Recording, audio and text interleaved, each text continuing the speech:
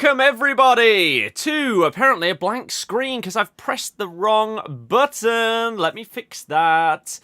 But welcome to Bundesliga Team of the Season.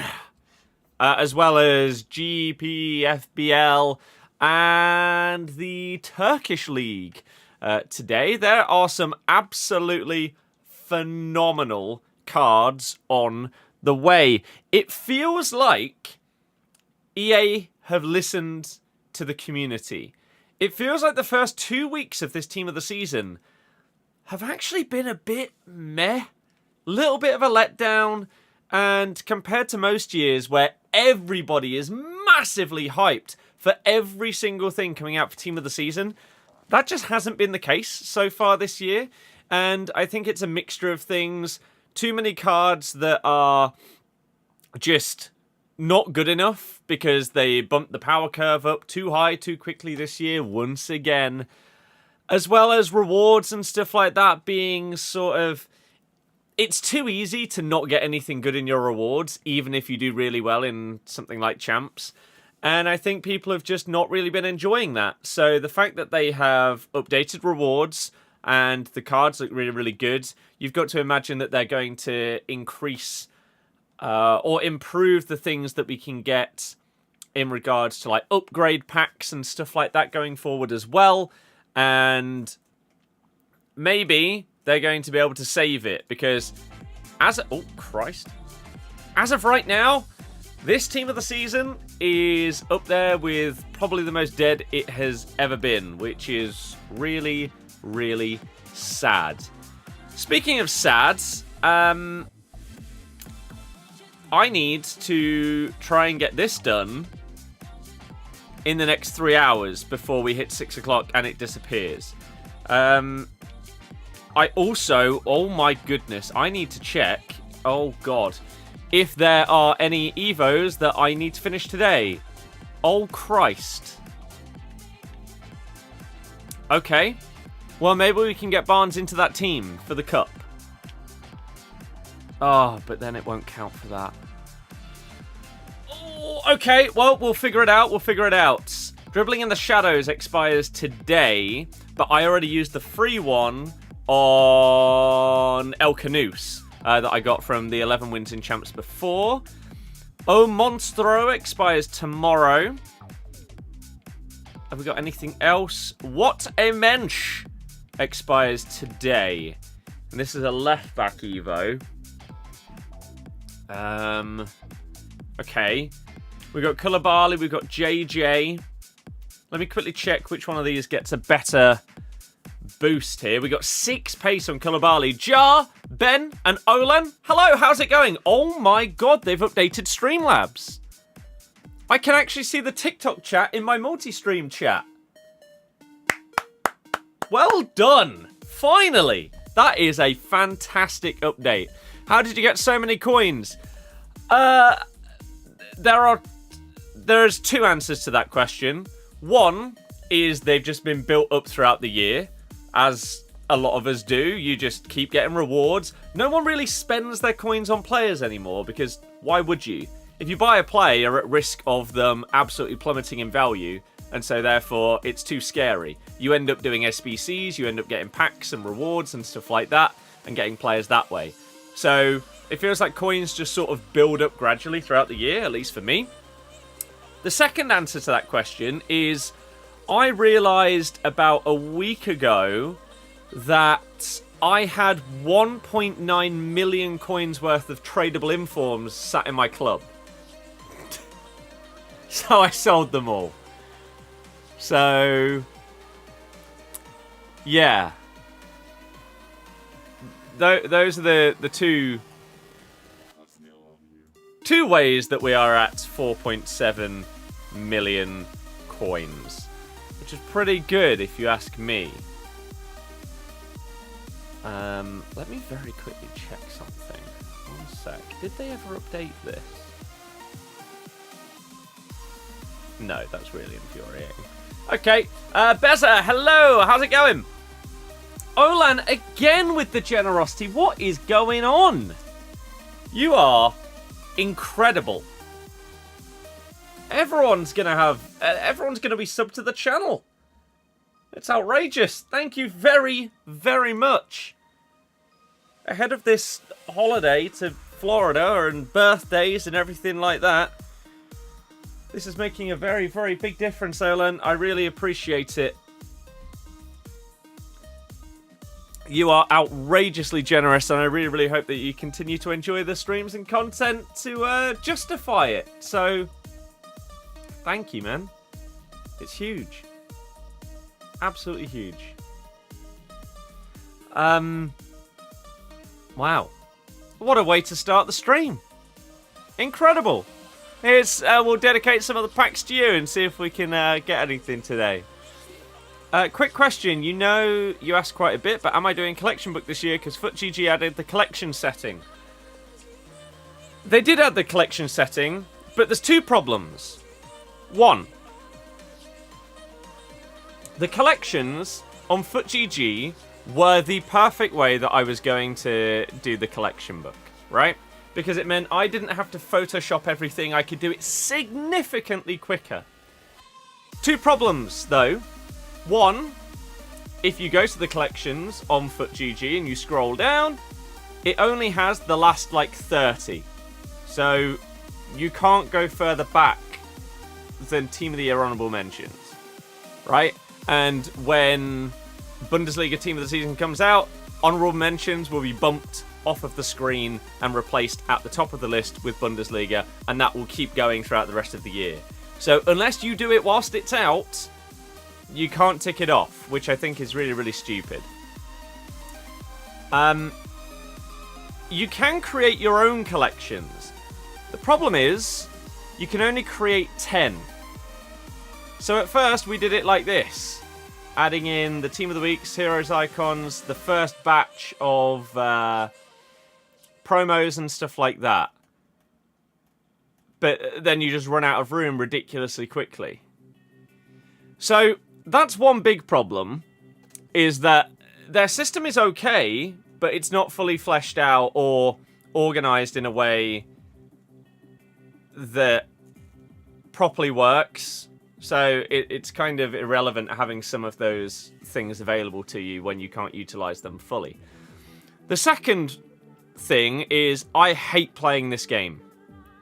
The gameplay of FC25 is joint with FIFA 21 as the worst gameplay in any video game I've ever played. The least enjoyable. So I simply don't want to do a series where I have to play thousands of games, because I won't enjoy it. So, to me, I won't ever commit to doing a collection book series on another game that EA make until we know that the gameplay is incredible for at least like 2 months after the start of the year. Because otherwise, I just won't want to play. Fair enough, you've got 1.8 mil right now, but you always use your coins to gamble. Well, if you ever want to top up your coin balance, then you can just go and buy some. They're outrageously cheap. I've got a coin sponsor of FIFAcoin.com. So if you do want to get some coins and support me in the process, you can use my code BIRD. When you check out, you get a discount on them, which makes them even cheaper. So if you just want to put on like a tenner or something like that, in order to bump that coin total massively, then that's a really, really easy and cheap way to do it instead of buying FC points and hoping you get something good tradable. I highly recommend it if you are wanting to do that. It's the best value for money and time way to do it. I know that a vast majority of people will not want to spend any money on the game, and so even coins they won't spend it on. That's fine. I'm not telling you to spend money on the game. I'm just saying that if you do, I'd highly advise doing coins rather than points. The amount of 86s to 89s on the transfer list you have is unbelievable. Yeah, I'll look at mine in a second to see if any sold. I just need to quickly see who is better going into this Evo. So Koulibaly would gain intercept. He'd get 6 pace, which is pretty nice. 3 dribbling, pinged pass, intercept plus. Rapid. And a 5-star weak foot. What's he got? He's got 4. And Bruiser. Does he not already have that? No. Oh, wow. He's really lacking in playstyles. I didn't really realise that. Okay. So, that would come out with a really nice card. Who was the other one? JJ. We also have Phil and Mendy if I just want to put a meta player in. But JJ going into this would gain pace, passing, dribbling, physical. He's already got intercept plus. So he'd gain ping pass plus. Some more dribbling. Is he 5-star? I mean, that is a significantly better card, isn't it? He'd go up to 5-star weak foot as well. He can't get Bruiser plus, though, because he already has 3. But he does already have Bruiser. Yeah, I think we put JJ into this because he can also play at centre-back as well. That's where I currently have him in the past and present team. So, yeah. He will go into that because it expires today. We need to get Barnes done. And I want to try and get the cup done. Am I going to be able to get both done in time? Let's find out, shall we? But let's quickly first check the transfer list. We've sold 5 things. One of them was to do with a video. And all of this is just not selling. You're all good. Just had a round of golf on holiday this week. Well, birthday week. That sounds incredible. I have got my very first tee time booked for next Friday. I'm heading out onto a proper course for the first time. I'm terrified, especially because I had my golf lesson the other day, and it was solid. I really, really enjoyed it. But it means that I'm changing my swing based on the lesson. Me and my dad are going to go to like a pitch and putt kind of course later today after stream to sort of try it out and see how I do. And then I'll probably try and go to the range once or twice more before that first tee time. It's going to be a mess, but I'm really excited. It's going to be good. Do you have any good Road to Glory ideas for you? You've done Japan only, Liverpool only, any other ideas? No, because I don't know what you'd find enjoyable, really. How much do I think Kane will be? I think it really depends on 2 things. One, what are the individual in-game stats like, right? For example, the 2 main things, right? In-game stats and play styles. So, for example, with Vardy, his in-game stats are great. However, you do need to put a chem style on, in my opinion, to boost up that dribbling, and then you can either boost up dribbling and physical or dribbling and passing. I prefer passing because I think his physical is perfectly fine. Kane may not require that. His stats may be so good that it doesn't matter. You can put whatever chem style on you want because he's that good. The other one is playstyles. The only thing that this Vardy lacks is finesse. If he had finesse shot or finesse shot plus, this card would go up to being like a 9.5 out of 10, like 9.7, 9.8 out of 10.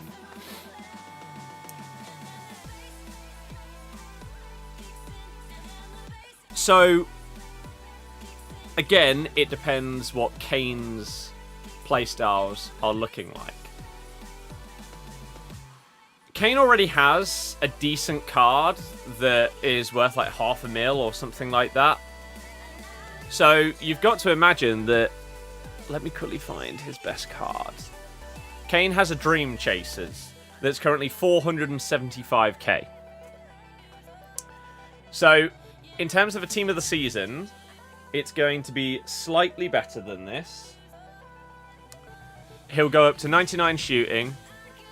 He'll go probably to like 94 pace or something. Oh wait, no, we have the official stats. What am I talking about? I downloaded this earlier.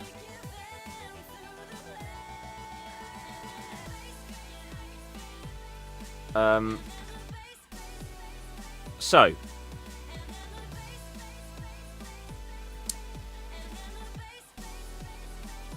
Let's do it like this. There we go. So if this card is nearly 500k, you're gaining 2 playstyle pluses, right? First touch plus and incisive pass plus on top of finesse and low driven. Is there a world they give him double 5-star? I'd be surprised, but maybe. It depends if they're going to give him some kind of like FUTTIES card. If not, then maybe they'll go for that. Obviously, his shooting gets maxed out. His pace and dribbling both go up by 2. His physical goes up by 3. So, if this card is $500,000, you're looking at a minimum of $1 million for this card. But there's a world where he's like $2 million. The thing is with these like Team of the Season cards and stuff like that is, if you are deemed as elite, you're costing multi-millions. If for whatever reason you're deemed as below elite, you're really cheap and ridiculously good value. I think he will be up there though. So there's a world where if you're looking at this card, the existing one, and then his new one, you might think, well, there's no world where this card can cost like 5 mil when these are the upgrades. But it's the FIFA market, so he could. He could. I did a Vardy review video, if you want to check out my thoughts on him. How's the recovery going? Pretty good, not going to lie. I can barely feel anything now in terms of, like, something being wrong. I mean, at this point, it has been about a month. Right? Is that right? Yeah, because it was like 3... Yeah, it must have been about a month since I'd got my injury. So, it's just been slowly healing and getting there ever since, really. So, we're doing okay. And doing some bits and bobs in terms of golf has not flared it up at all. So... that's pretty good. James, it's crazy. Looking forward to Bundesliga TOTS. Hell yeah. Same. Started off on 9 holes, then moved to 18, but you're sure you'll have great fun. I'm sure too. Frimpong SBC or Turam? Dunno, because don't know how expensive the SBC is going to be. This one, the like one downside to Vardy is fixable by having the premium pass and getting to, is it like level 32 or something like that?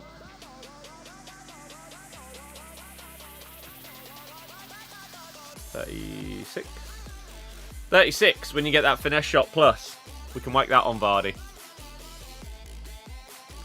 And we'll do that. Right, I need to make a team for this cup, and I need to try and get Harvey Barnes in it as well.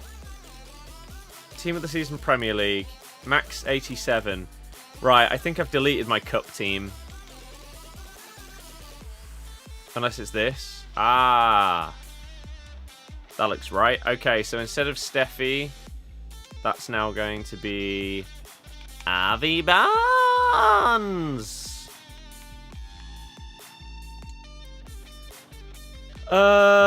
Apparently we don't have either of these cards anymore, so that's interesting. Oh, I could put... Let's start JJ's Evo. Am I allowed to put this card in? Yeah. Okay. We'll start his Evo as well, so we're doing 2 of them. Oh, I wonder why only those were coming up. Right. Let's put in Rabiot, and then maybe at Cam we could actually put in Stein. And then instead of Daka, that's 87 rated. We'll go with Jamie. Can we put in someone instead of Laborde? We can. It can. We'll do that. And to be honest, that'll probably do, I think. So, let's quickly start the Evo of JJ. Oh, I must have failed. I must have started and failed to do a Mendy one at some point. But that's fine. What do I need to do for you? Play 3 matches. Why is Tom Cannon? For Christ's sake. Oh, this is pain. Just... Thank you. Right, let's go. Come on. Because we need to fly through this if we're getting it done in time. And the Evo. Oh, for God's sake. How do we not have a manager if we used this team before? Unless I got rid of the previous one? I don't know. You think the pack weight will be good? Because EA know the past 2 weeks have been a mess. Yeah, EA have basically got to make it up to people this week because Team of the Season for the first time pretty much ever has been lackluster, disappointing, meh. And as we explained at the start, it feels like there's maybe a multitude of reasons as to why this is the case. Oh, by the way, what game mode am I playing? Can anyone let me know? Because previously we had like no rules, didn't we? Can someone let me know what we're playing? It's not Golden Goal. That's good to know, but hopefully a lot of people are going to play it. How was the birthday weekend? So, we went out on the Saturday. So, for those that don't know what's being referenced, it was my girlfriend's birthday weekend. Oh, wow. And so... Let me just get the days right. On the Saturday, we went out. We did some bowling, karaoke, those kind of things. It was solid. On the Sunday, we went to her parents and obviously gave all the presents and stuff like that. And just had a standard birthday day. On Bank Holiday Monday, we went out for a dinner with my family. So, it was really good. Ping! Oh! Ping. So yeah, it was really, really fun. And enjoyable. And nice and chill. Oh my god, I've red timed it.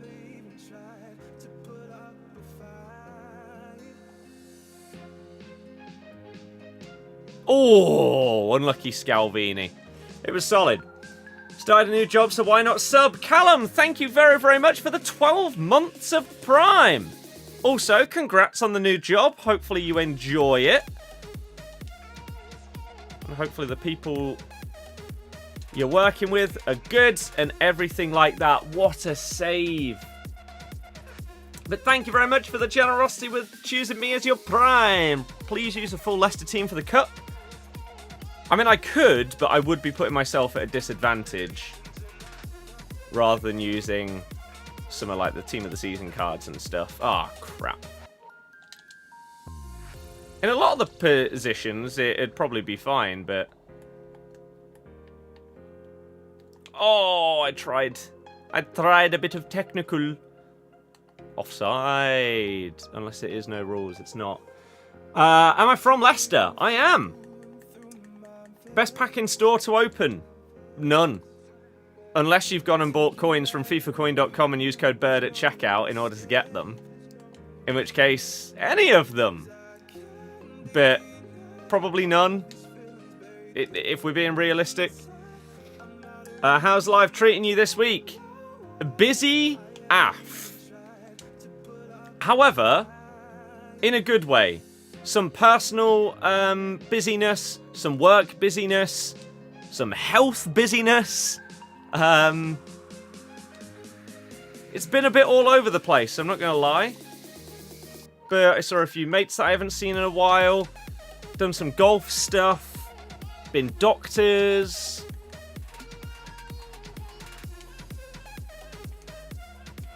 Like physio. Done golf lesson for the first time. Booked the very first tee time. How on earth has it taken that long to score? Dear God. Just super chat on YouTube. James, thank you very, very much. I appreciate the generosity and support. Is there a message with it that I can't see on there? No, there's not. Well, thank you very, very much for, again, the support. It makes a massive, massive difference. As I say, when there's birthdays going on, we've also got this family holiday to Florida, which is not even... It's not close to cheap. And then straight after that, the plan is to save as many of my pennies as possible to go towards house deposit. So, yeah, any and all support like that is huge. Especially as we may have to buy some other games to try and create content on going forward as well, because of how this one's doing right now. And we are playing long range, apparently. Nick! Hello, sir! How's it going? How have you been? It's your turn in the playoffs tonight, right? Feeling confident? Or not? So outside the box goals count for 2. Sure. Pi was saying he thinks this will be the last good FIFA in terms of numbers. Next one will be dead with new games, etc. I think I potentially agree. Because everyone is... Like, if you ask someone right now, over the next year, what games are they excited about that are releasing? Some people might say the next COD, because it's another Black Ops game. You'll have people talking about Borderlands. There's a new Battlefield that will be coming out. Potentially a new Forza. What else is coming out this year? Doom is coming out very soon. That'll be pretty damn good. Tony Hawk 3 and 4.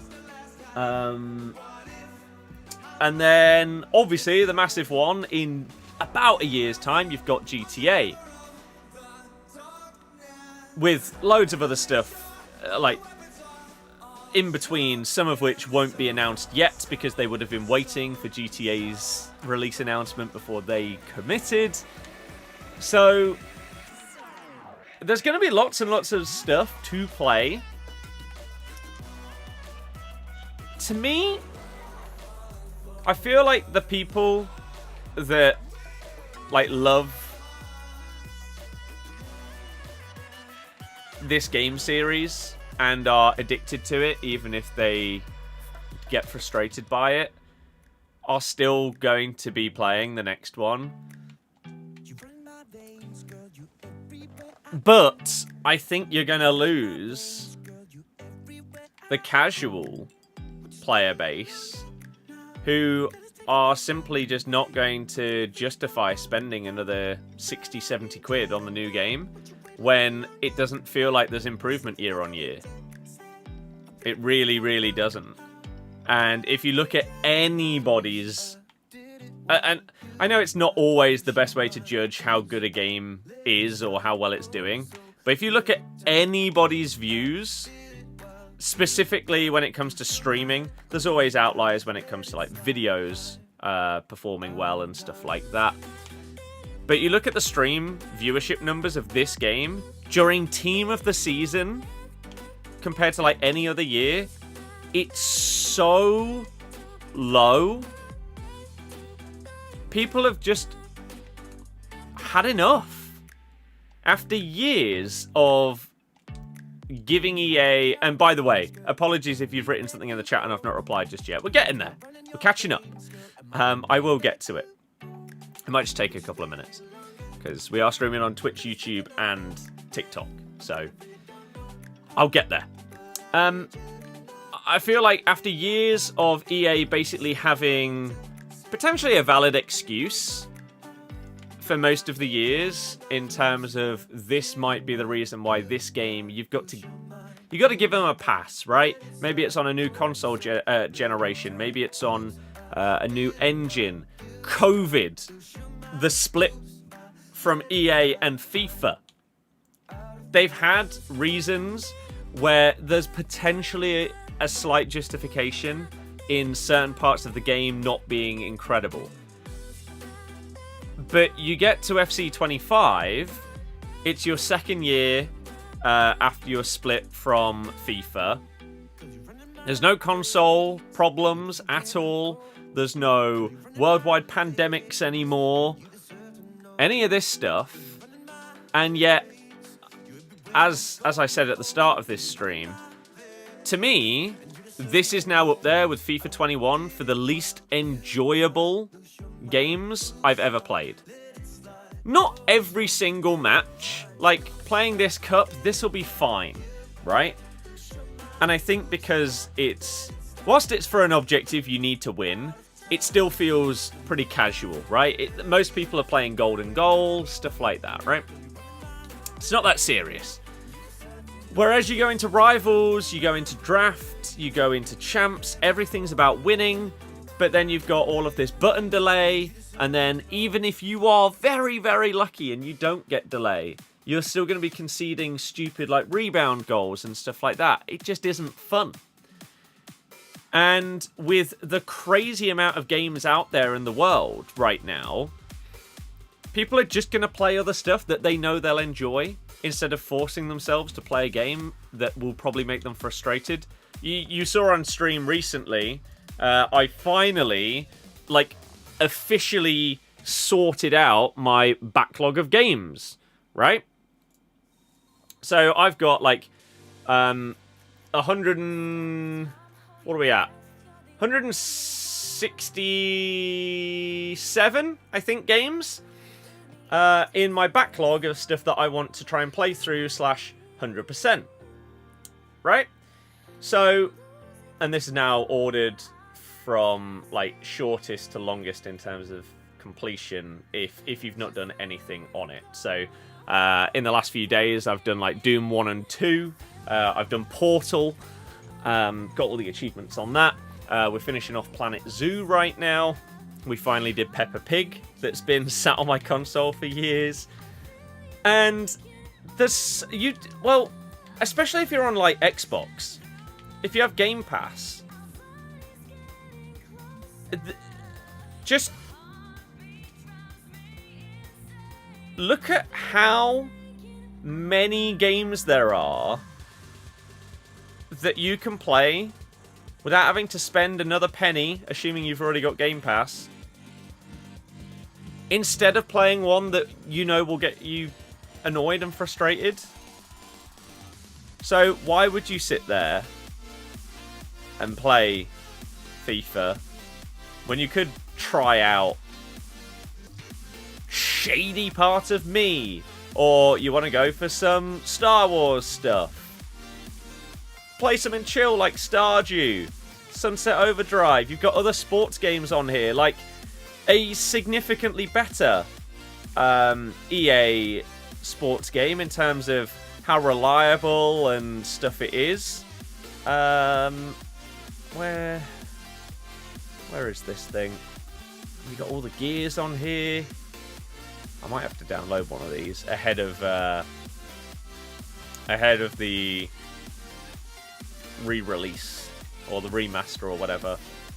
What am I looking for? Tangent. Here! The PGA. Right? Significantly better EA sports game that is way more enjoyable. So, why would you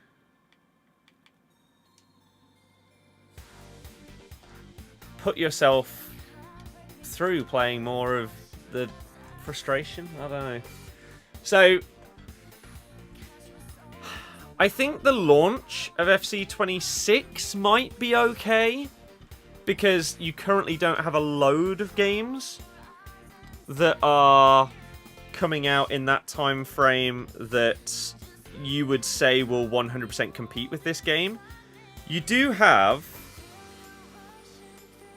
Marathon is releasing from Bungie, and you do also have Borderlands 4 that has had its release date pushed up a little bit. So you do have some other September releases. And then you'll have COD soon after that. And again, that's a Game Pass game. So it's... Are we going through right now the death of this game series? And if so, is there a way that EA can bring it back? Because it felt like COD had that death. When it got to, like, Advanced Warfare and stuff like that. That's when it felt like COD sort of died. And that was maybe going to be it. But it's fought its way back. So there is scope that EA could do it. But... it was your birthday on Tuesday. Did go away for a weekend. Haven't done much apart from golf. Hey, that sounds great to me. I would love for my birthday, coming up in a few months, to get like some either golf lessons or someone gifts me like a green fee for a course or something. Right, let me catch up with this chat. I apologise. KDB to Liverpool, going to be the opposite of what Liverpool do. He'll be what Thiago was, won't play every game, but will be good for big games. It would be insane if it happens. Might consider doing Hull at SBC by buying coins. Don't know if it's worth the risk in May. There is no risk. Doctor Story is great. Can't believe you were in the wrong room. Yeah, I know.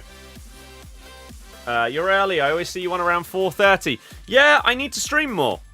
And I want to stream more, not just this game, but in general. So I was actually going to go live even earlier today, but something came up, so I couldn't.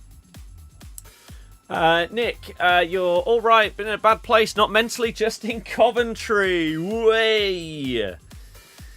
Oh, Coventry was not good for us last season. I rated their fans, though. They were singing throughout the whole game. It was a really good home atmosphere, but I mean, Fatawu got sent off. It was not a good time. Not a good time. I'd be surprised if they go up. So, potentially I can go back there and we can right that wrong. Dear God, the delay is horrible. Oh, this feels... Oh, this is shambolic. This is one of the most delayed games I've played in quite a while. Oh. I mean, it wasn't how it was supposed to go, but hey, just get me out of there. EA stock went up when GTA announced release date. I imagine most companies who have games that are going to release like towards the end of this year probably would have seen successful days because of that. Because they know that their window is not going to be as stacked. Same with the Battlefield planned release. They've now got a few months where that is going to be clear for them to go for.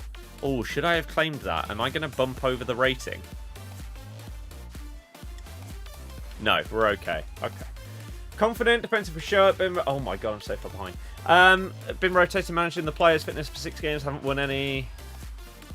Haven't beaten Cov in 17 years. Dear God, wow. Mafia. Oh yeah, Mafia. Is there a world where that's going to be on Game Pass or not? Because I saw it's going to be like $50, I saw. Which is interesting. That they're not releasing it like the standard price point for games now. Oh, nice keeper movement. Are you going to leave? Oh, come on. You got Vardy SBC. Yep, we did a video on Vardy's SBC.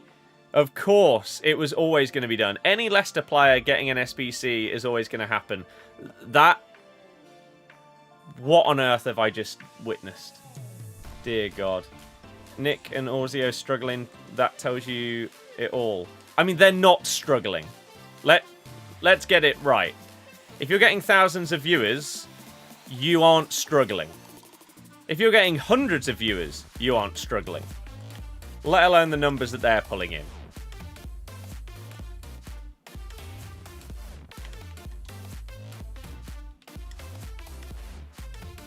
Oh, why couldn't they have just left, man?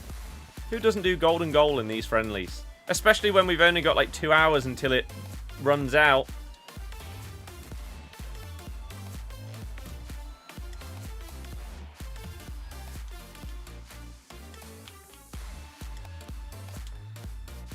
Yes, Jamie. How have I been? In general, pretty damn good. Yeah, I wish that this game was better. And therefore videos and streams and everything would do better. But it is what it is. It's out of your control.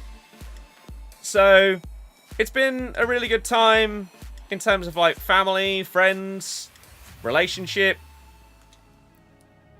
Lately, been really enjoying a lot of different things, especially getting into golf properly. Really looking forward to the next couple of weeks of getting out there, having my next lessons as well. Just, oh, really taking the hobby to the next level. Watched AA's vid and net vid today. Not gonna lie, the excitement of teams is dead. It's you get a player to play with them, then go for the next player, and for me it's just boring. I think that is one of the big problems. Like, I replied to a Nep tweet earlier where he said that the game just isn't, like, fun. And yeah, that's been the problem for years. I've said that the biggest problem with this game series for the last couple of years is every single game mode is about winning.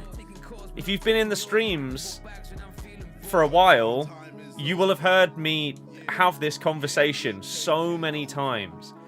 There aren't really any casual elements of Ultimate Team.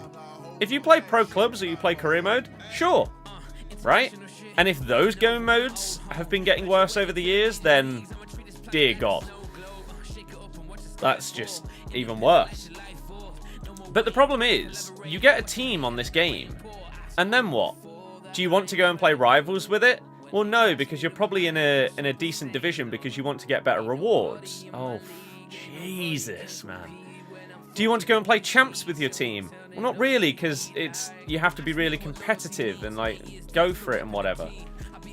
So then what have you got left? Friendlies, where they have made it so it's form-based, so even if you do well, you'll then get into sweatier, difficult games, rather than it just being completely random online single matches. So what, you got squad battles left? Do you want to play against the AI with your team? Most people, probably not. So, that's been the killer for me. Alongside, obviously,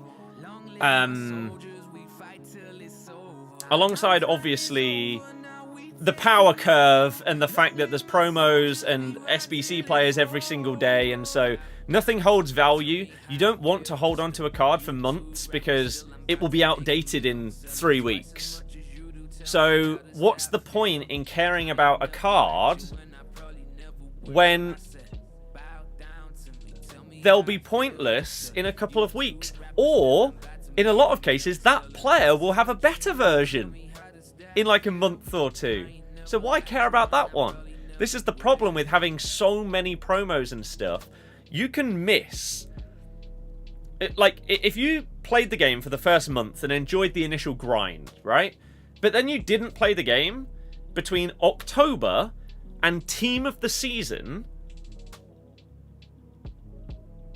have you genuinely missed much? I honestly don't know if you have. Because how quickly you can catch up. There's a reason why when you watch these videos that, like, I don't know, Matt HG Gamer and people like that do, where they start a brand new account and they do a 24-hour road to glory. And they have a full Team of the Season squad in 24 hours. Whilst it might make for an entertaining video, it shows the problem with the game in that nothing has any value, nothing has any longevity. So then you have to ask the question of, so what's the point in anything? And the answer should be, because you enjoy playing it, right? And so the cards that come out between the start of the game and the end of the game, the reason they're relevant is because you want to enjoy playing with them and trying them. But no one enjoys playing the game, because the gameplay is horrible. You've got button delay. Every game mode is a sweat fest. So, I mean, I've literally just pressed shoot there and he's not done it. So, therefore, there isn't really any reason to keep playing because the gameplay isn't fun. So, by introducing so many cards so often, it means that there is no incentive to continue playing. You might as well wait for the next big thing to come out. Because you simply won't enjoy playing with the current crop of cards. By the way, outrageous AI defending there. Once again, another thing that shouldn't still be in the game.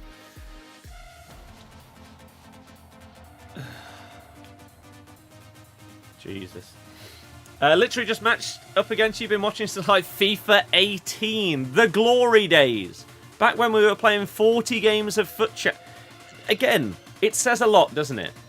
Back in FIFA 17, when FUT Champ started, you had to play 40 games in 48 hours. Right? You had 2 days. Now, we get like 4.5 days to play 15 games. And people don't even bother because they don't think it's worth it. That is a huge red flag for the game.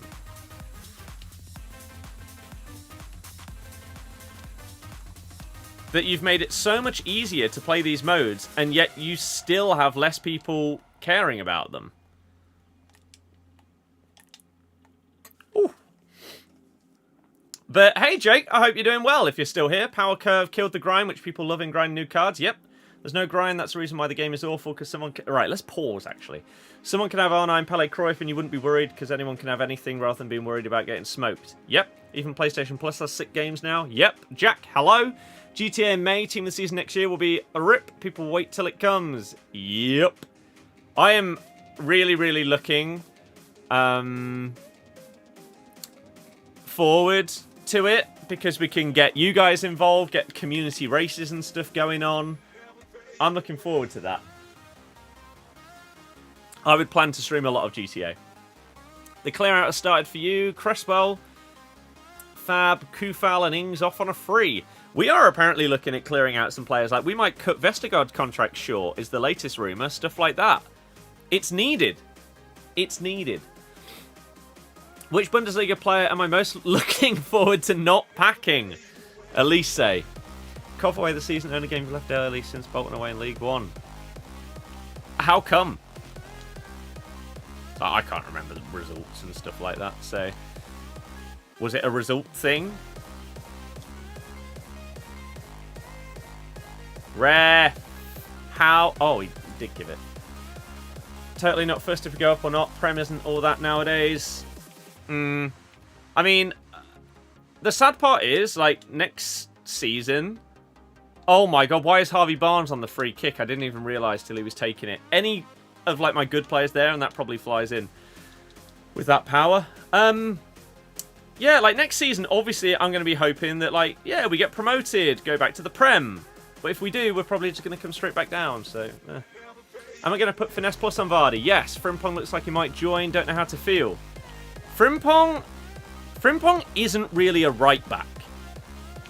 So, if Liverpool sign Frimpong, you're either changing to a formation where you have bombing wing-backs that basically players, like... If you look at Frimpong's heat map throughout the season, it'll look like he's a right winger.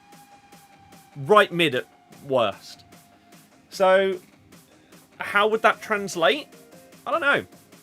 What's happening first time you're saying this? You think... but thank God Prem TOTS has over, been horrendous pack weight, pathetic for you.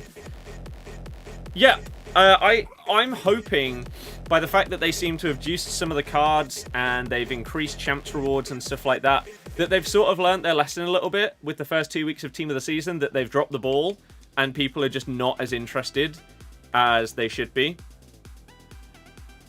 when it comes to what is supposed to be the biggest part of the game each year. So, really, really hoping that they've caught it early enough that they can sort of bring it back. I hope so. Anyway, right, we need 7 more wins in this, and then I need some more games with RV Barnes. Feel for Leverkusen, Chabi, Frimpong, Wirtz, and Tar are all going. Oh, yeah, that's what I was going to show you. Exclusive from CF Bayern, who are normally pretty damn good when it comes to Bundesliga stuff.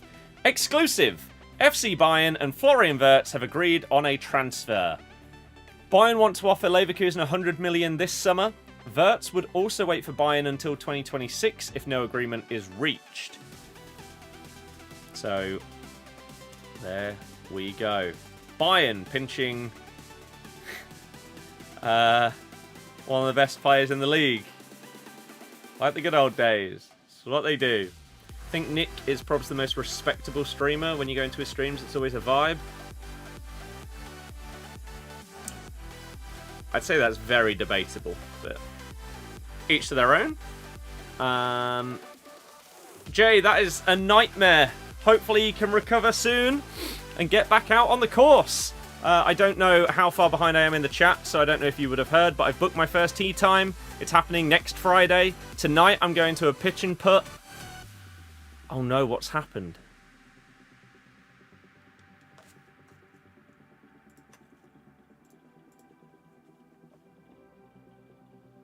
How did we just play the last game? No one's gone up in terms of rating. And yet we can't play this one.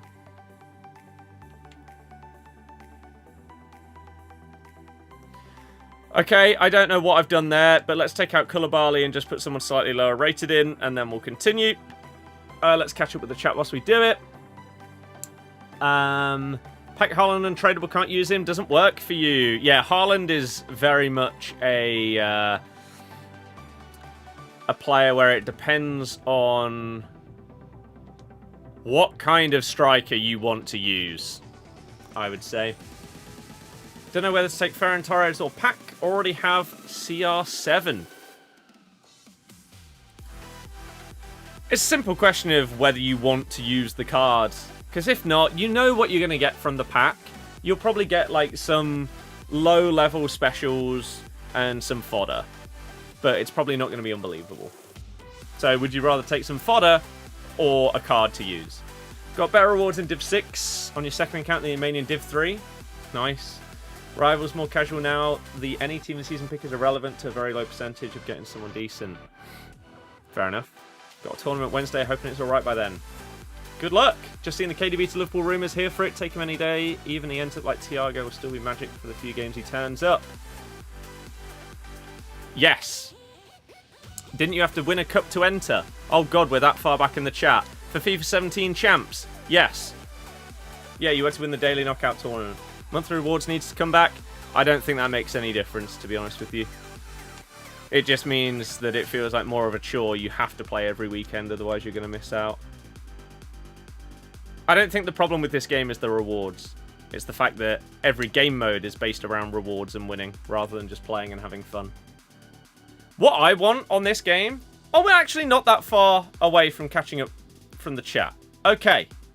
Apologies, I've been a little bit slow, but I'm getting there. So hopefully people are still here if you've asked a question and I didn't respond instantly. How's life going? Maze, hello, sir.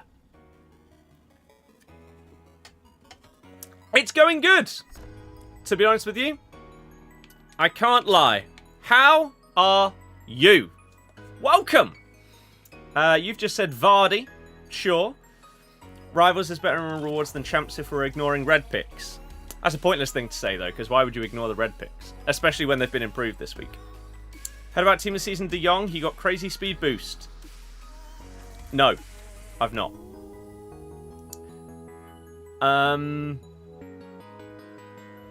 You're intrigued on the reaction Trent will get from the stadium fans on Sunday, because stadium and online fans can be very different.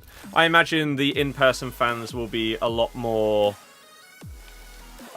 complimentary towards Trent than the people that just sit on Twitter all day moaning. There will still be some in the stadium that are oh, what a save, that are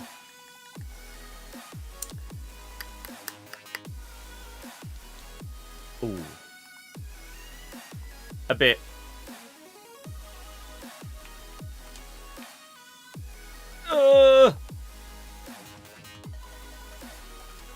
Oh, confrontational about it or whatever, but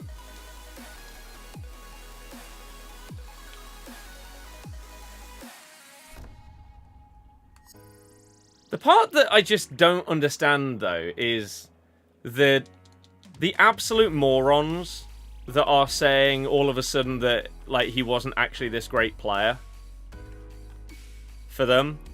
And that, like, oh yeah, we've had to pretend that he's been able to defend for the last couple of years. So now we're glad he's going. It's just mental. If he actually wasn't that great, you wouldn't care about him going. And you wouldn't have cared about having to lie about how good he was in the past. If you didn't care about him. There's just so much hypocrisy and idiocy when it comes to the Trent situation. We'll have GTA 6 and the World Cup at the same time next year? Hell yeah. GTA for a month and then the World Cup. Playing it in between each of the games. Those all-day streams gonna hit like crack.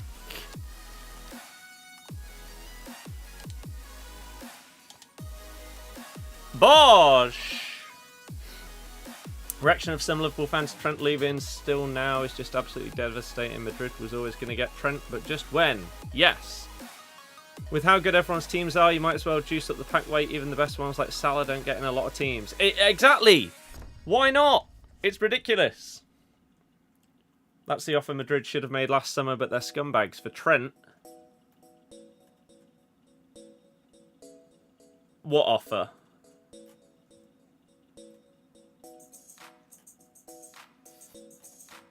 Because, as I say, I'm behind. I'm nearly caught up, though. That's a Musiala for the next 10 years is disgusting. Yeah, that would be a joke. Lost 3-0, didn't turn up, couldn't pass a ball, but it'll be an interesting game tonight. Draw would be massive. It would, yes. It would be absolutely huge. Like, just getting any result in that, like, level of game is absolutely massive. Harvey Barnes went up +2. But did I claim it? I thought he'd already gone up. I don't know. Ornstein and Romano have shut the KDB to Liverpool down completely. Have they? I haven't seen that. Interesting. KDB rumours got shut down from David Ornstein. No way we'd pay that much in wages to an injured 34-year-old. I said the same thing, that it feels like an unnecessary short-term solution.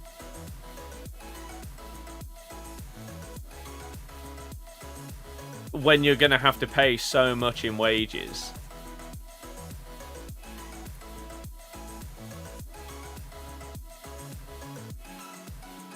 But we'll see.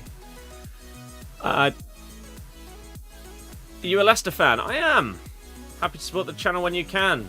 As I say, Olan, your support levels lately have been outrageous. So I cannot explain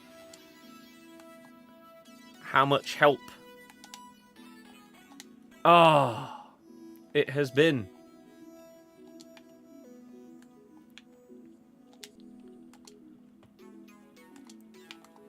No. Nice. Hoping when the morons boo him, which they will, they're the minority, the rest of the crowd drown them out with cheers. Yeah.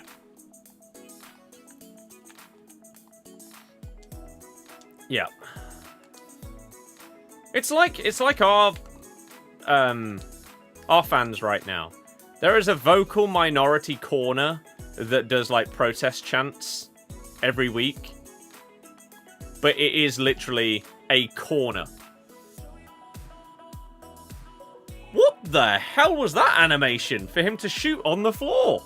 I don't think I've ever seen that. I actually probably would have preferred the free kick. I didn't think there was any world where he was going to get up and shoot there. Just Twitter fans. Yeah. Or give a better grind for 83. Yeah, the menu grind also has not been what people like. EA have just massively dropped the ball with Team of the Season this year right now, and I think it's partially due to how much they messed up the power curve earlier in the year. Again. The game series might be dead. It just makes people know you're clearly bothered saying he's crap. Be 100% you're gutted, but it is what it is. Not irreplaceable like Van Dijk or Salah, however. I agree. If you were going to choose for one of the three to leave, you would have chosen Trent. I think, like, the vast majority of people would have chosen that. Buying 100 mil for Wirtz, so Leverkusen know they can take the money or lose him for free. Yeah. But again, it's what Madrid do. They contact you a year or two before your contract's going to run out and say, hey, if you want to come to us on a free, we'll give you a massive signing-on fee. Just run down your contract. And you get to play for a monster of a club. A lot of players like that idea. You just don't like how fans are saying we're wrong how we feel. Well, no, people can have their opinions on a situation, and this Trent one is obviously one. Nick, good to see you. Good luck. In a bit. Enjoy. Hopefully I'll see you again soon. Good to catch up. Yeah, every fan and person is allowed their opinion on a situation like the Trent one, right? But Xabi Alonso is going to Madrid, yes. Yes. Some people's opinions can be wrong, though. Right? Like, I don't like the people who seem to think that they can say anything and then just say, oh, but it's my opinion. Right, that doesn't mean that it's not just stupid. Like, I could say Andy King won a Premier League, Gerrard didn't. Therefore, Andy King is a better Premier League midfielder than Steven Gerrard. That's just pure stupidity. But it's an opinion. So you can't just get away with everything by saying that it's an opinion. But in this kind of scenario, yeah, if you have a reaction to Trent leaving the club that you support, you can obviously have a different reaction to somebody else, and that's fine. And anyone vilifying you for reacting to a situation, it's just a human thing. We all react to things differently. Otherwise, we'd all just be robots and carbon copies of each other.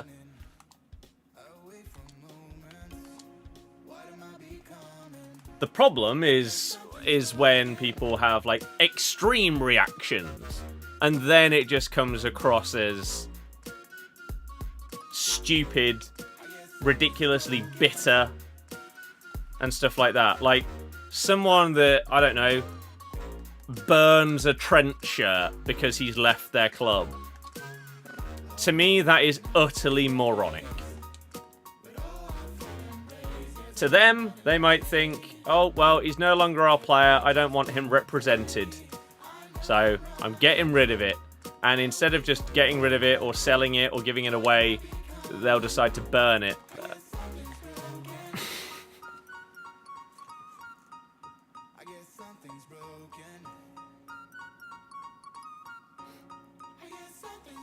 KDH got press proven as third playstyle plus. Oh yeah, need to look at that card.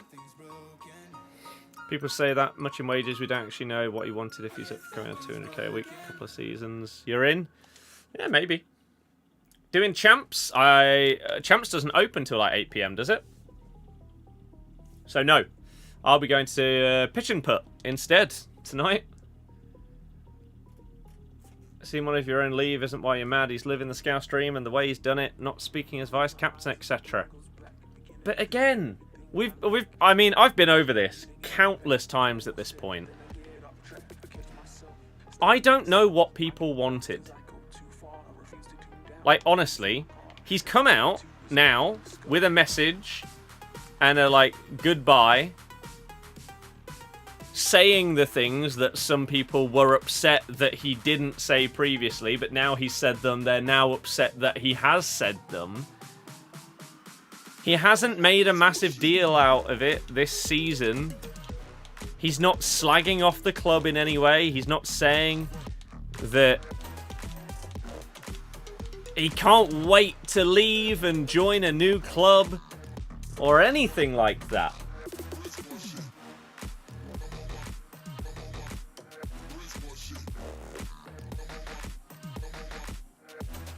He's leaving in one of the most respectable ways that you can.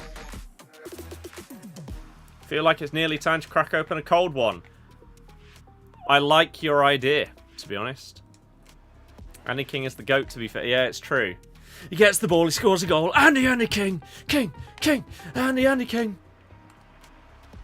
I tell you what, though, on Sunday, instead of going to Forest away, I'm going to the Ansty Nomads against the Leicester All-Star team.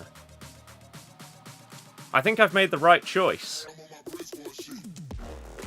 I'm going to be seeing the likes of Lloyd Dyer, Neil Dans.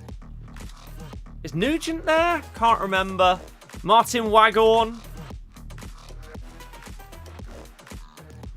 Conrad Logan. Come on. All these guys that care about putting on the Leicester shirt.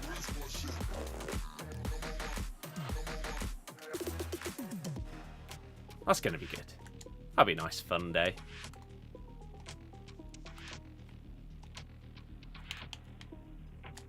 Hop! Oh. I think I'm on 9 out of 12 for this thing. Getting there. Could have done a Villa situation. I don't know what that means. Brother hasn't covered himself in glory either. Who cares? Who cares about a person that isn't the person that is being talked about? It's irrelevant.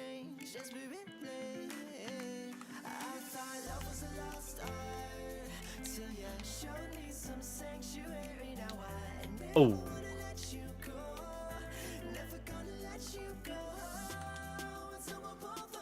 But also, you actually say that, but isn't his brother his agent? Who has just secured his client a what, like 25 mil signing on bonus?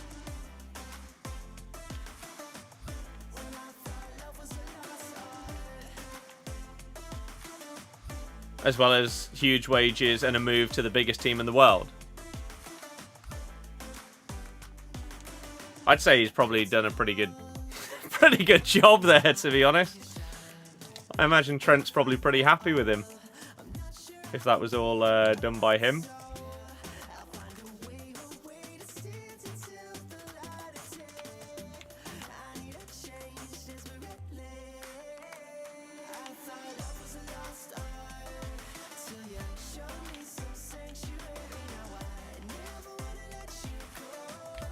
Ah! Oh! It's a job at the end of the day. People leave and go. Yep! Callum, exactly, I agree. It's bizarre. People that destroy basically anything that they own, to me, are very odd. Like, yeah, burning a football shirt or something like that.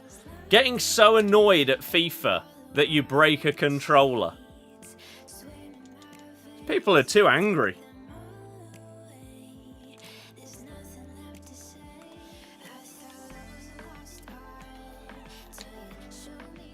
Oh god, I keep forgetting that it's long shots or whatever, the long range, the game mode.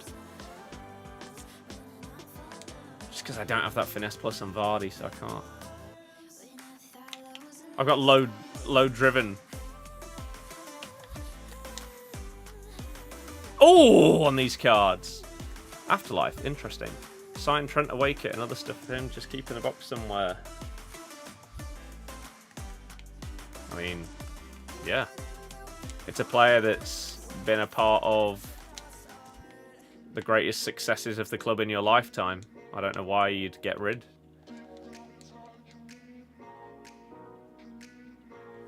But you didn't answer about the Villa thing. I don't understand. Anything you broke over FIFA?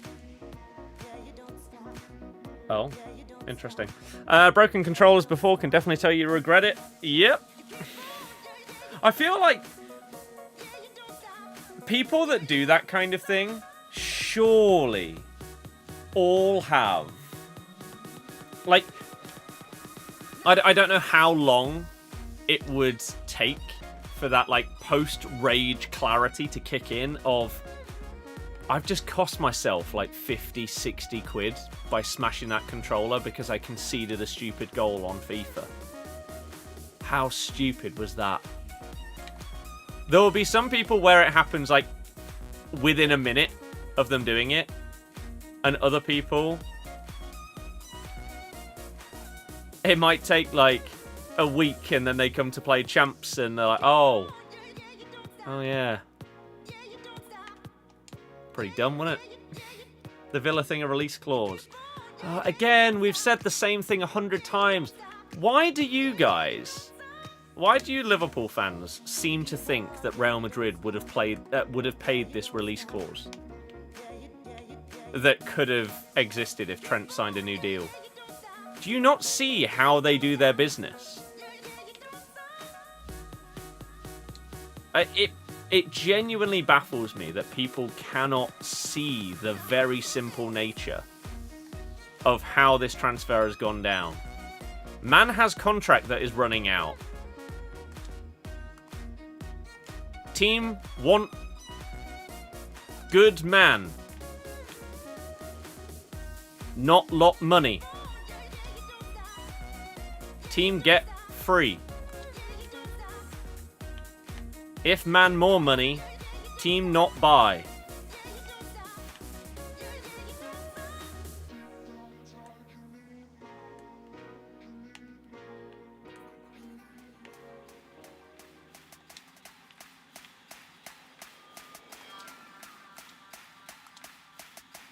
Yeah, everyone seems to think, yeah, he could have signed a new contract. We would have sold him for 75 mil.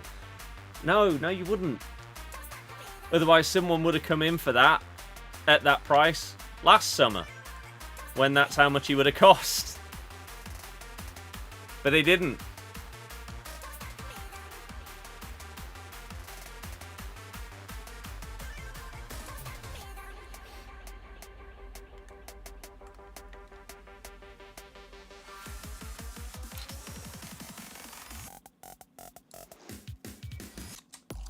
We do see it, as we've seen with Alaba, Rudiger, Mbappe, and probably Saliba soon. What are you talking about? You did not see Mbappe sign another contract so that Real Madrid could pay the money. What are you on about? He went on a free.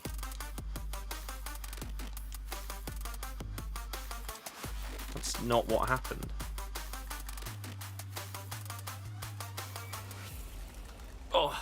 What they tried to do with Euro last summer. Mm-hmm.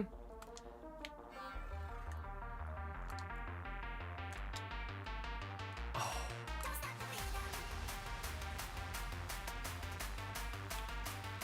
What on earth is this? Where's the defence? He's going to bang in a Trivela!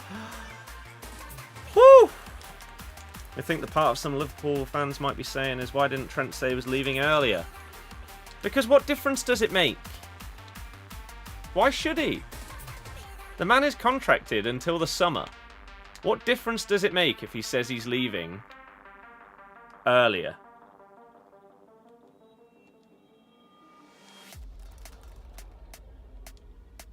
Nothing. The club obviously knew way before everyone else did. So it's not going to make a difference in terms of like transfer prep or anything like that. It doesn't change anything.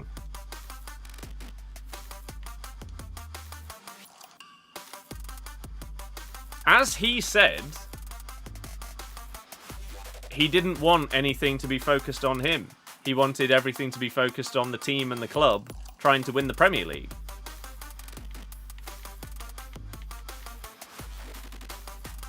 But again, I don't think there is anything that he could have said where people would have been like, oh yeah, fair enough.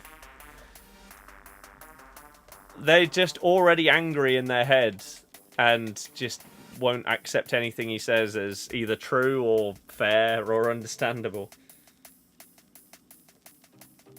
Which, as I say, I think is mental. Talking on Madrid getting players on a free. Exactly! So you're agreeing with my point after initially disagreeing? I don't understand. I said that they go for players on a free or cheap after you said that they should have done a release clause thing with Trent. Those are the two opposite things. I don't get it. Oh, what on earth was that run? I guess he was going back to his position, but... Keeper movement. Right, we need one more win. And then I think we need to play 4 games with Barnes in order to get his Evo done before 6. Cherokee one to watch this summer.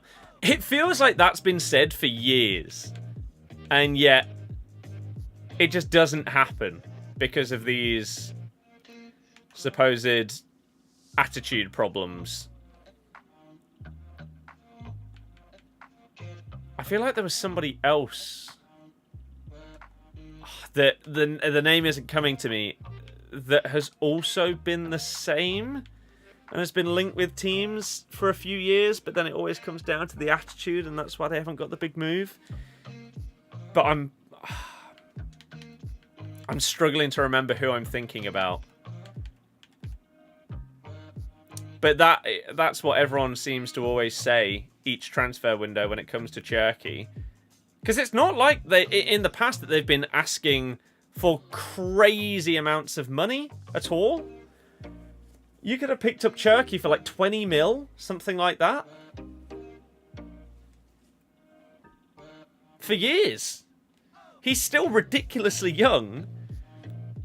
And it's just whether someone can take the punt. And either these attitude problems are a real problem, and it ends up that he is just not destined for the top because of those, or it's all nonsense. And suddenly, in a great club setup with a great manager, he's just elite. And in which case, you've picked up an already known baller for a great price. Oh, because you were the only ones willing to take the punt. Crap. I feel like we've just seen there with Van der Sar.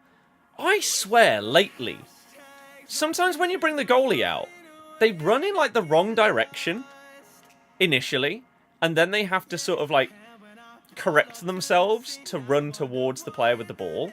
Like, he looked like he was running just straight towards the edge of the box instead of in the angle that he should have been. Oh. It happened in a Champs game at the weekend. And it was bizarre. I mean, oh my god, some of the goals I conceded in Champs last weekend were absolutely ludicrous.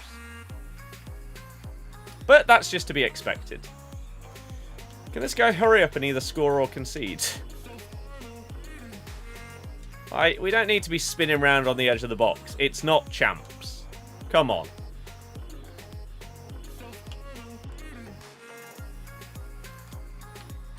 Oh, he didn't. He got tracked really, really well. Personally, don't see any issue with it. The Scouse label is irrelevant nowadays. Football is now run by agents and projects and brand deals. Yep. Look, I looked away from the screen for like 5 seconds there, and they didn't even progress the ball because they were more interested in just spinning in their own half as well.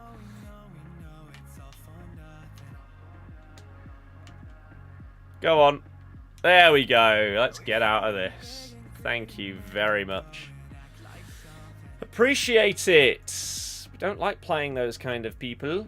They are very, very boring. Right. Let's see if we can get this last dub. David from Lille. That's not who I'm thinking about. I really can't. That's another questionable one. Why no one's taking the punt on him for the price. But I don't know who I'm thinking of.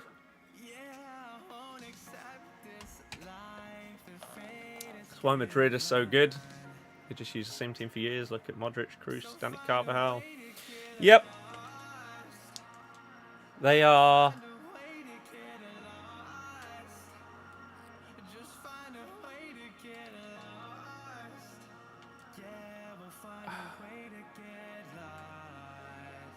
I've learned to come to terms with just not really questioning a lot of the stuff I see on this game. The answer as to what just happened will be, it's EA. 99% of the time. Oh, I'll take the free final win potentially. No? Are you not going to leave? Oh, nice.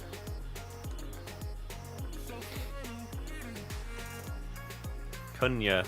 I mean, I feel like Cunha's only really been touted as this like aggressive attitude guy this season because of his red cards. I would be absolutely shocked if United or someone like that don't pay the 62 mil in the summer. Right, we've got 1 hour and 35 minutes to play 3 games and then win 3 games. Worst case scenario, we play 3 in Rivals, they don't go well, we then win 3 squad battle games. Arteta post-match was embarrassing after PSG. Yep. Yep. Bundesliga team of the season is out in 1 hour and 35 minutes. Premier team of the season better. Debatable whether it actually is, and whether the pack weight might be better for Bundesliga, because it has not been good for Prem. What do you think of Maresca when he was with you, and do I think he'll do well with Chelsea? I did a video on the football channel, which I'll put a link to the channel in the chat in case you want to check it out at some point. But I did a video that I believe was titled Why Chelsea Chose Enzo Maresca. Something like that. Where I sort of went through his brief history as a manager, including his time with us, and then gave my thoughts on how he utilised our team, our formation, tactics and stuff like that, and then how I thought he was going to set up at Chelsea when he moved there. Turns out that this season he has actually ended up utilising a different formation and system than what he did with us. And so that part of the video, I think I looked at 2 different formations that you might set up with.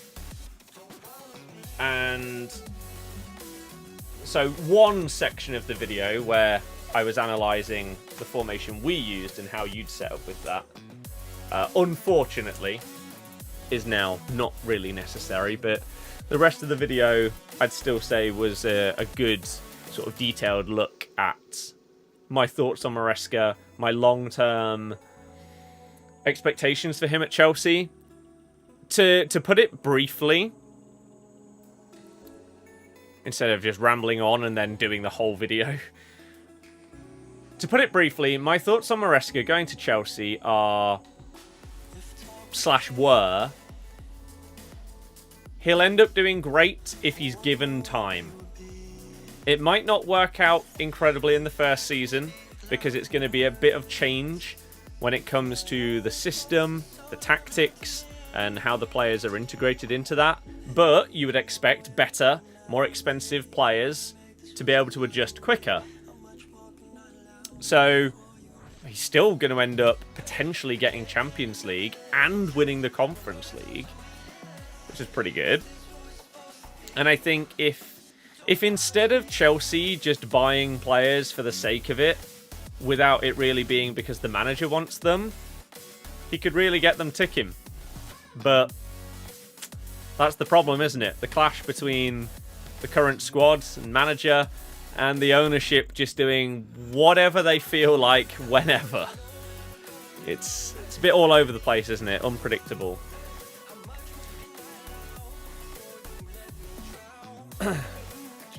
Yeah, Arteta's post-match was awful. I loved I think it was CBS interviewer that fact-checked him midway through. And then for pretty much the rest of the interview, he didn't look at our eyes.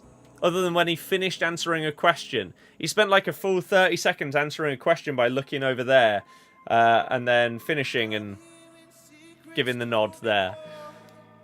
Because he said that Donnarumma was man of the match in both games. And then she was like, well, no, it was given to Hakimi.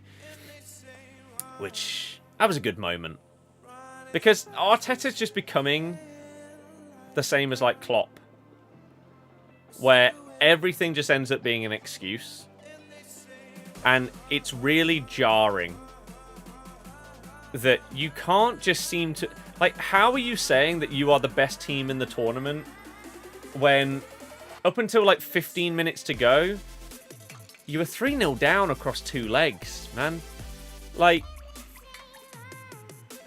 you weren't the better team.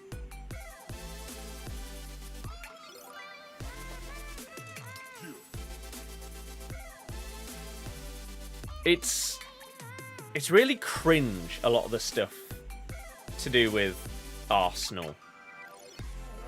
Because they seem to be stuck within their own like echo chamber of I don't even know what you'd describe it as. But it's like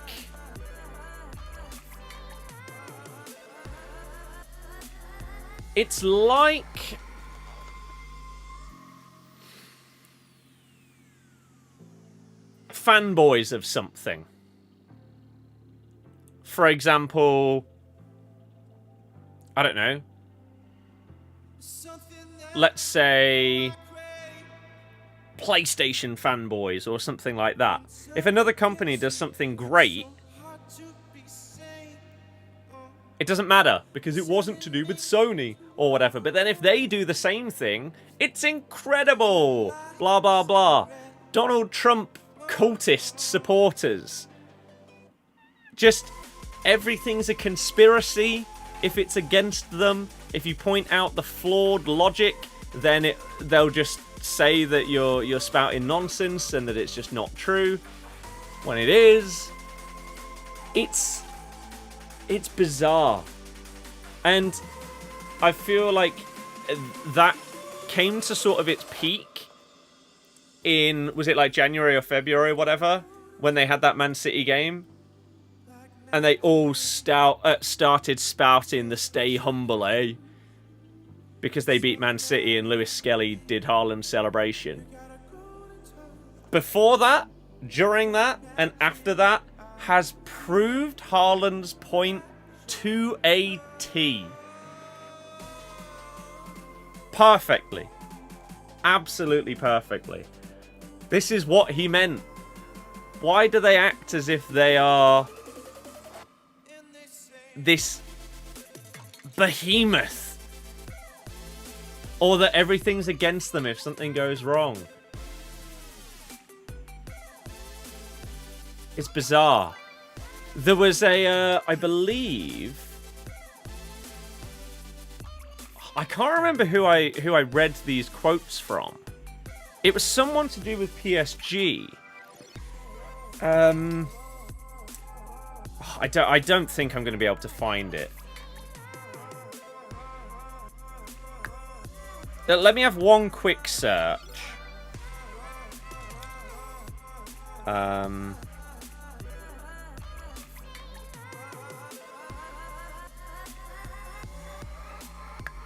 see if I can find it. I don't think I will.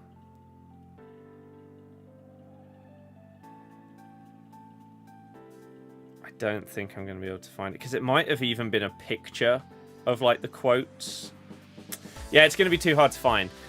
But someone to do with PSG was talking about Arsenal and summarizing it by saying, look at the way that Liverpool acted when they got knocked out by PSG. And then look at the way that Arsenal have reacted. Liverpool didn't go out of their way to say that they were the better team and everything like that and just not accept the fact that they got knocked out. They were fine. They were congratulatory and they were like, fair play. But then Arsenal, it's this massive thing of, no, we were better. We deserved it. And just...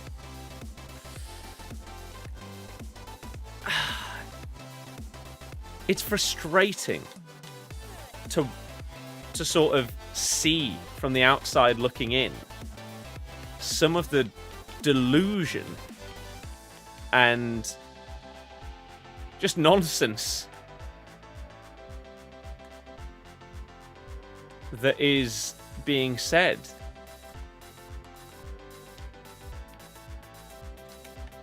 And you got to like with some of the creators that are like Arsenal fans or whatever, you have to imagine that a lot of what they do and say is knowing that people will react to it,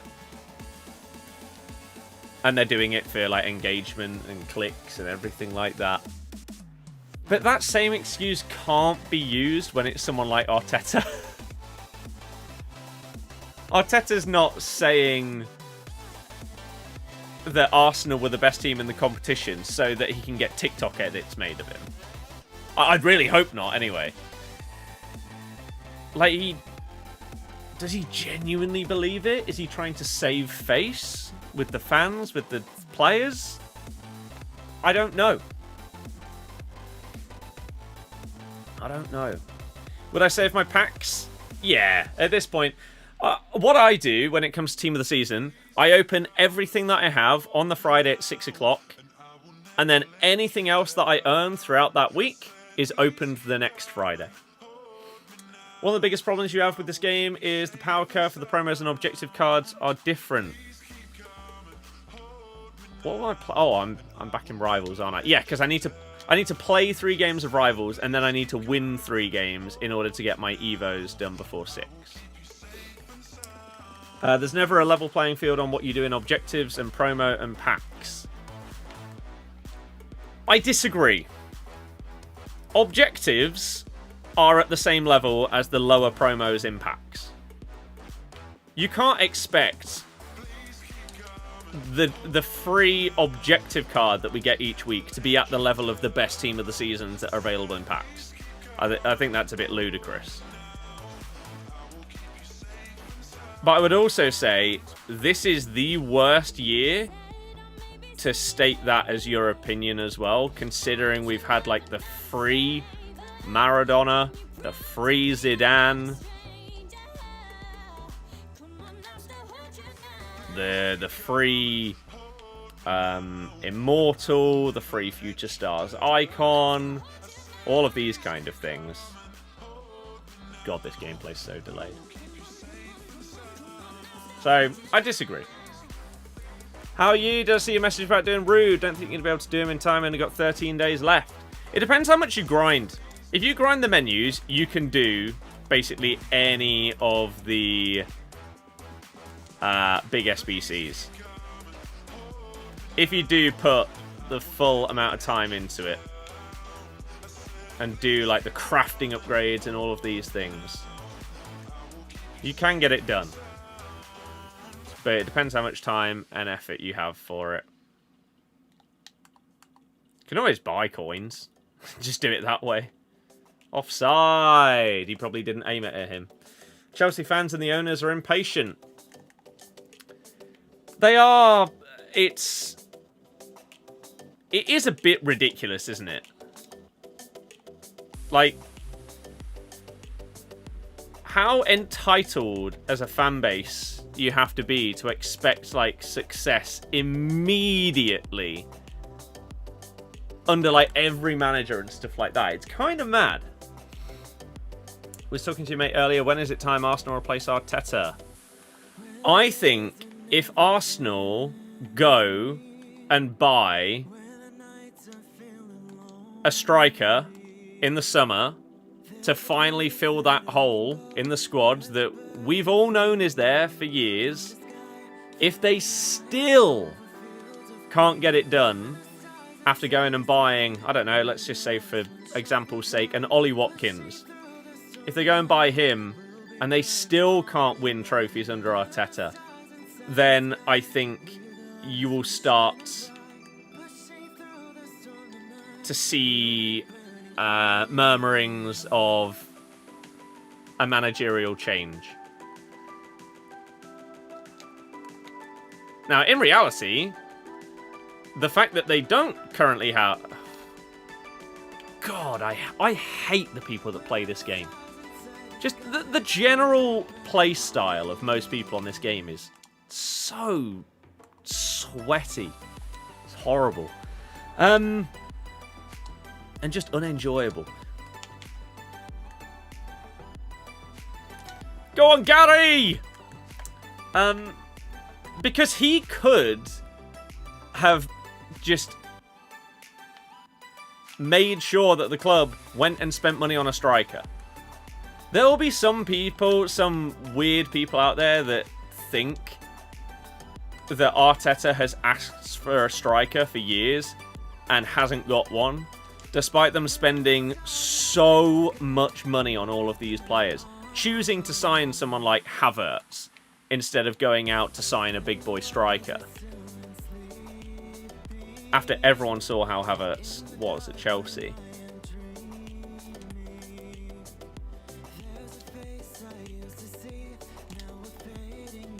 GG. So, the onus does fall on him, but I think that as it stands, that will be enough of an excuse that they don't have the clinical striker up front for the blame to not fall on him. Whereas, if, as I say, they get an Ollie Watkins, they get an Osimhen, Šeško, someone like this in the summer, and suddenly the one big excuse that has been used now for years suddenly isn't an excuse anymore, where do you turn? To the manager. How did I not get fouled there?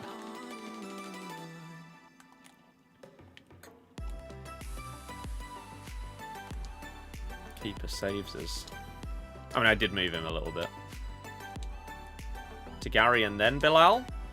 Delay means he's offside. Nice. I think you give him next season with a striker if no major trophy, Prem or Europe. For me, he's got to go. I think a lot of people will share that sentiment. Unless, for example, I think there's a world where Arsenal don't win anything next season, but they don't get rid of him. The example would be if they get 90 plus points in the Premier League and they get to like the Champions League final, but don't win anything.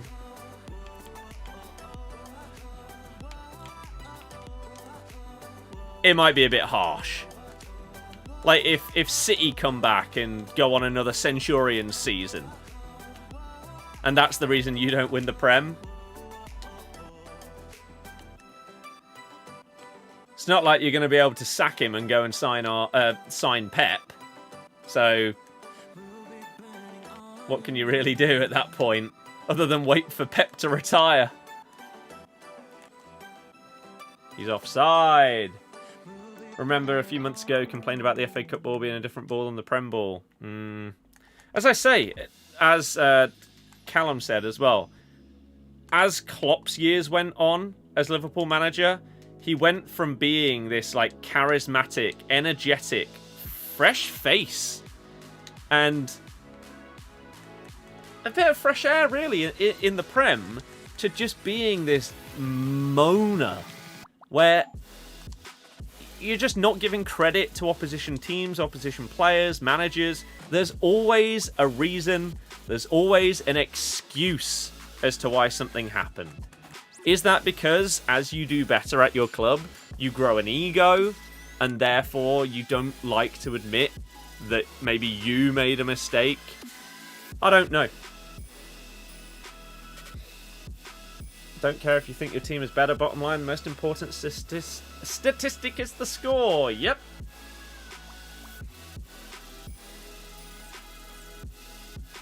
Arteta has... Spending on errors don't need to be, and if he fails one more season, then sack. Meant in terms of the power curve in teams, like most cards don't make your bench. Yes. Put finesse on your Vardy today. How are people that far already? Dear God. I need that desperately. That's crazy.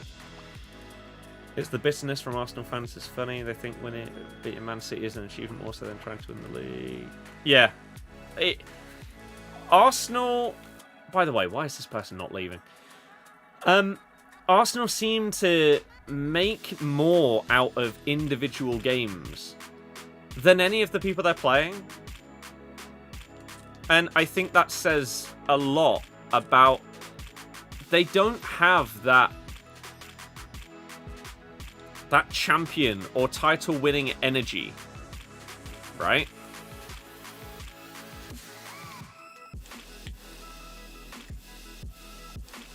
And so it's why you saw such a big deal being made out of the, like, stay humble thing. Because for some reason for them, beating Man City meant that they had made Haaland's point irrelevant. When in reality, it perfectly exemplified what he was talking about. Stop celebrating the little things that are irrelevant in the big picture until you've done the big picture stuff. Sure, beating Man City in the league, that's great. That's a fantastic result. But unless you win the Premier League, it doesn't matter.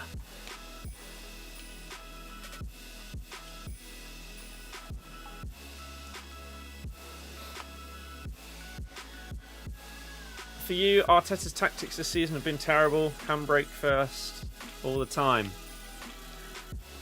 You have to wonder with some of the players as well, like Rudiger. What has happened to him? He's annoying to watch. The amount of times that he doesn't release the ball.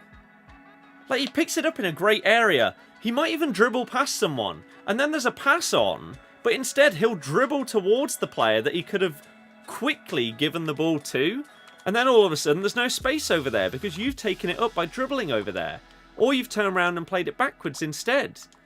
I was shocked early on in that PSG game when Donnarumma made that really big save down to his left, because Rudiger actually had a shot from outside the box.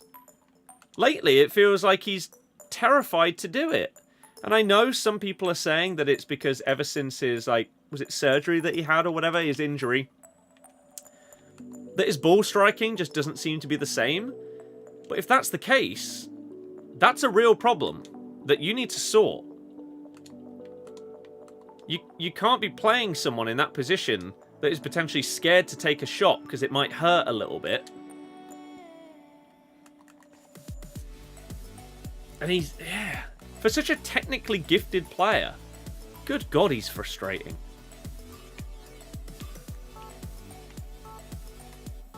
What is this person doing? Just... Oh. It would be fantastic if we could get a quit. Oh. Because doing the wins in, like, squad battles or something whilst we're just chilling and chatting is fine. Ooh. I thought we might as well try and maybe work towards some rewards whilst we're doing the play. Oh, I can't switch player! How many times do I have to press the button? This game is so stupid. Why did it lock on? I'm not sure if I would have got across with Koulibaly here. Maybe not, but why didn't it switch? Gary, I don't know what the grind is, because I ain't doing it. Seen a few say Odegaard, no accountability. Yeah, for a captain... Like, when you watch the games every week, if nobody had a captain's armband on, and you asked someone who didn't know who was Arsenal's captain, I think the vast majority of people would assume that it's either Saliba or Declan Rice.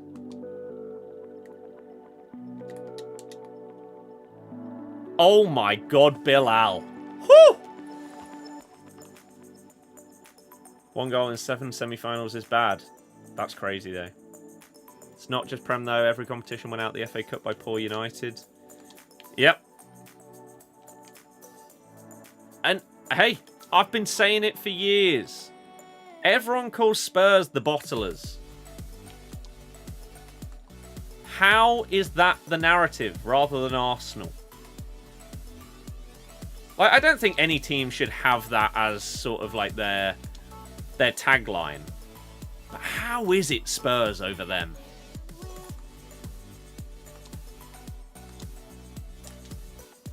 Oh, he moved his keeper. Love how Slot doesn't do this. Remember, United 3-0 in his third game on Sky just broke down how to beat them. I really, really hope that Slot doesn't turn into what Klopp did in terms of the excuses and stuff like that. If, like, next season Liverpool are a bit crap and end up finishing, like, 5th or whatever, I really, really hope that it isn't excuse after excuse as to why.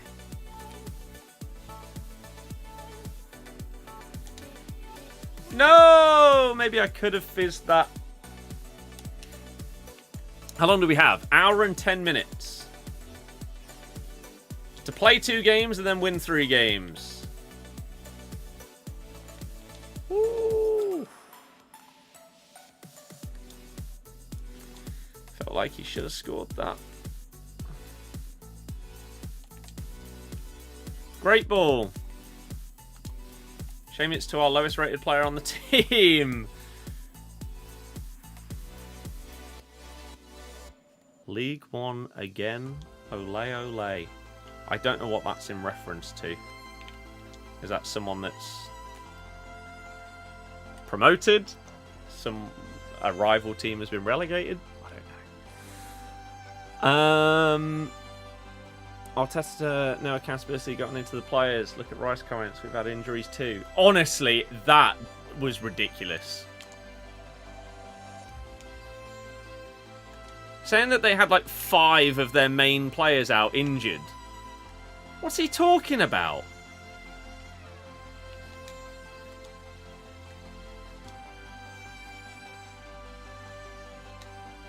What? My opponent stopped playing because they thought they fouled me. And then we end up conceding on the end of it. Wow. Wow. Martinelli's fallen off a cliff. Yep. I can't believe how little he's progressed in like the last, what, 2, 3 years? I remember I had such a good shout on like when I do my one to watch for each Premier League team kind of video. And I did him in, it must have been like 2021 or something like that. And he had his breakout season. It was a fantastic shout. Ever since then, he's not looked as good, let alone better. Nearly there now for the, oh, it's an equaliser. Yeah, get in there. Need to make Rice captain. Yep, I agree. Rice genuinely feels like, other than Saliba, maybe Gabriel, like, he is the leader on the pitch. as you say, he takes the interviews and stuff post-game. What a bizarre goal. So, I think that should be one of the first things that is done in the summer for Arsenal, is they give Rice captaincy.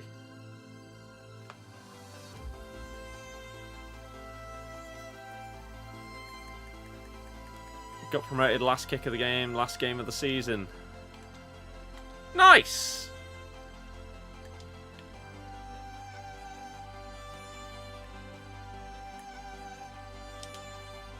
Go on, Jamie! Fish, I'm doing fantastic. How about yourself? An hour and 7 minutes.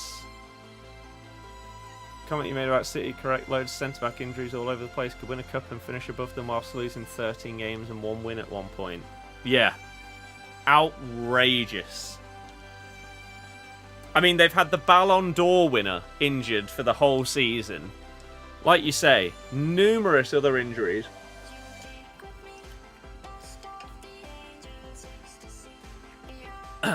Especially in defence.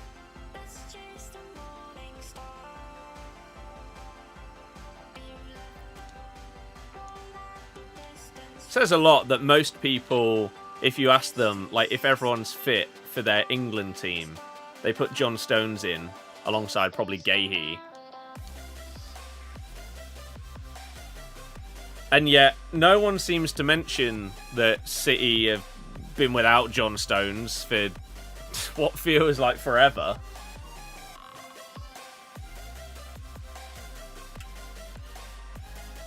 The guy's had lots of like little niggly injuries and fitness concerns and stuff that just seem to continuously keep him out. Even if it's not like a leg break or an ACL or something, that should never go in there.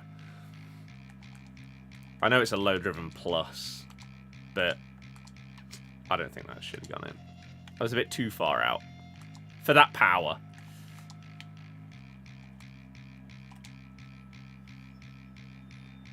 Oh.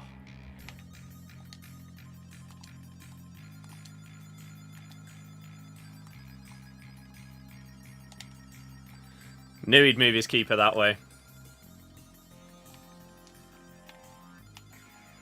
But yeah, if Man City actually come out of this with a trophy, it would be mental, wouldn't it? That the year that Man City absolutely fall off in the Prem, that... What on earth? They might still finish above Arsenal. And yeah, win a trophy.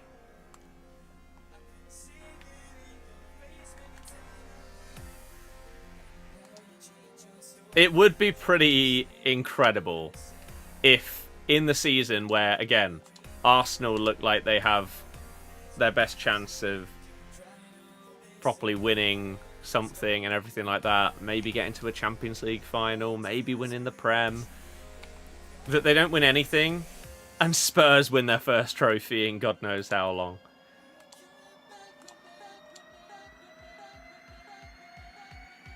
Like, I don't care about individual clubs. I don't care who wins things or loses or where teams finish or whatever. But just for how the Arsenal fan base has been this season, like the online fan base, it would be pretty funny.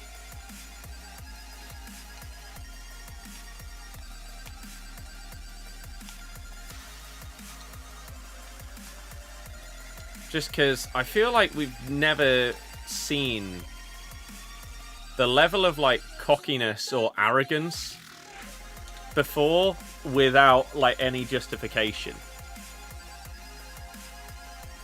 Arsenal will never win a trophy with that clown of a manager. I mean, I don't really like to defend someone like Arteta. However, he did already do it. They won an FA Cup with him. So that's not true.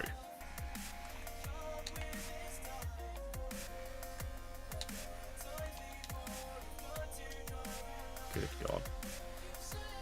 Yeah, 15th and 16th place in the Prem. One of them's going to be in the Champions League next season. That's a bit ridiculous, isn't it? Ooh.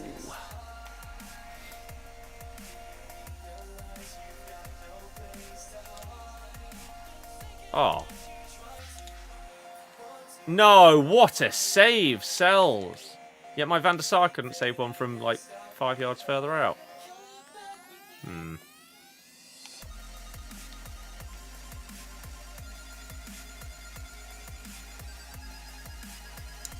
Good catch.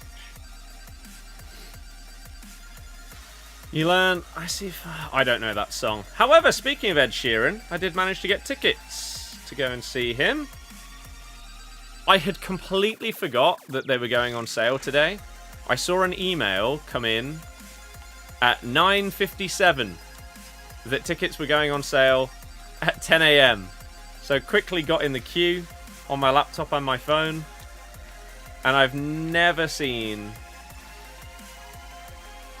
such an early start in a queue when it comes to such a big artist. 5k on my laptop and 490th in the queue on my phone. Madness. And yet could still only get stand-in tickets unless I wanted to spend 200 plus quid or something ridiculous. Oh, this delay is painful. Was at the bridge last night, saw a lovely KDH goal. So I was hoping to cover sat behind at points. I did see a video of that. All the away fans in like the home end. But go on, Kiernan. What a man. As bad as City have been, if Slot hadn't kicked off like he did, they likely still would have won the league. Yeah. It's what they do. It's like Man City have had the end to the season that they normally have, but they just didn't have the start. Someone asked a question about Rude and like the manager going into next season. I think I didn't answer it when I saw it, and now I can't scroll back up to it. I don't know if whoever asked that wants to ask it again. I don't know.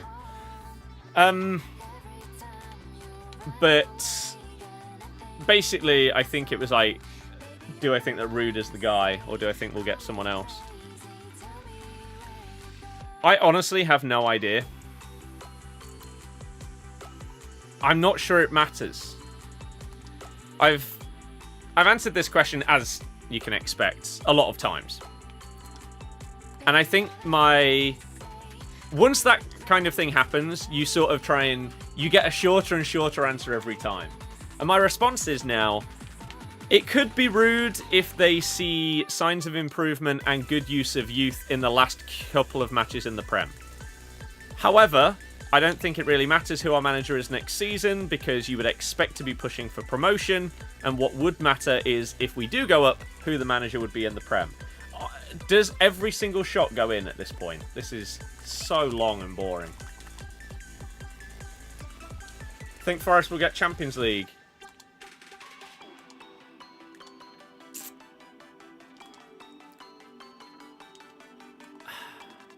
They have the best fixtures, so they should. But they do look worse than they did throughout the majority of the season. So I don't know how much faith I have in them utilising their better fixtures compared to the other teams around them.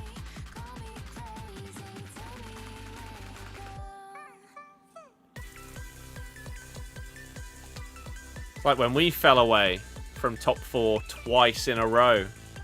Imagine if we just got Champions League in one of those seasons. Could have changed the next decade for the club. And could be similar for them. Go! Go! KC, why are you not running? I've even pressed the button to make you run. This game is so crap.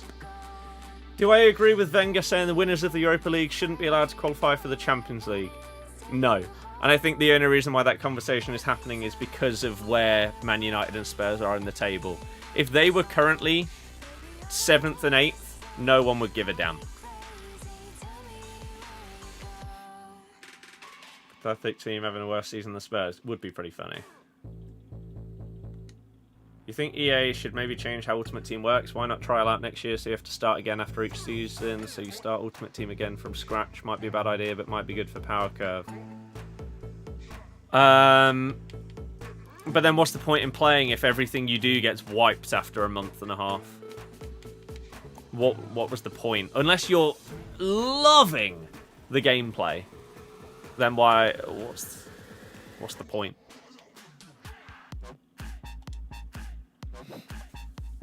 In playing. Think you'll do more long form content like that?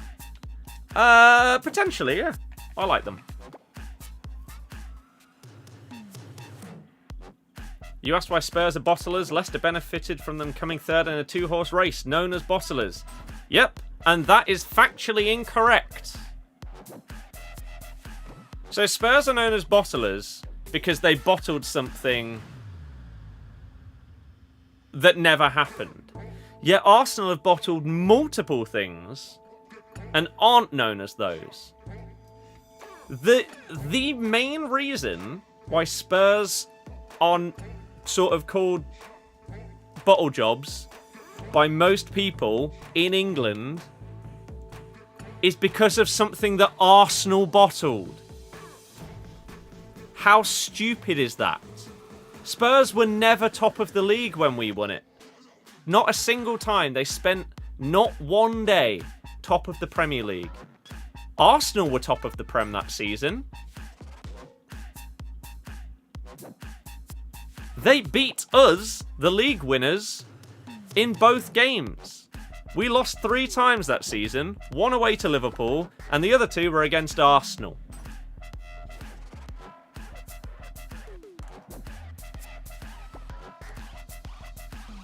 And again, they were top of the league. Ozil had like 15 assists at Christmas. Didn't break the assist record. Arsenal bottled that season, not Spurs. And it really does my head in that the narrative of that season somehow changed. Arsenal celebrated in the changing room after they beat us as if they'd won the Premier League. And yet Spurs bottled it. How does that make sense? Oh, what am I doing? I only need to play, I don't need to win. Idiot.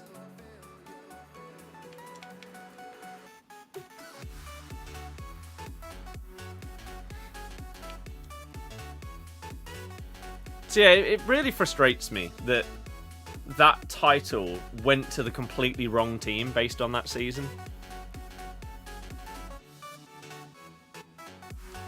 I just don't understand it. Nobody ever talks about how Arsenal threw away their best chance of winning the Prem since they last did it. Like, even these last few seasons, they had a better chance of winning it when we did. Oh, even if they've finished second in these few seasons in a row. Yeah, I'd love to be part of more, like, community videos and stuff like that for the football side of things. Absolutely. Go on, Farce. Go on. Go on, lads. Oh, what a save.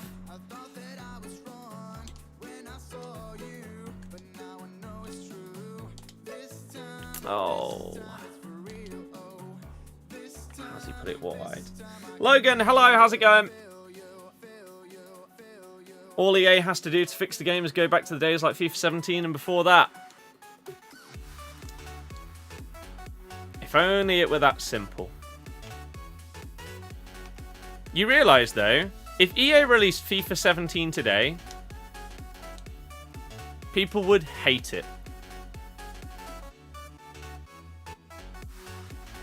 because they'd say that there isn't anything to do. Oh, we haven't got another player SBC every single day this week. We don't have constant upgrades to do. We don't have 85 times 10 to grind. This game's crap.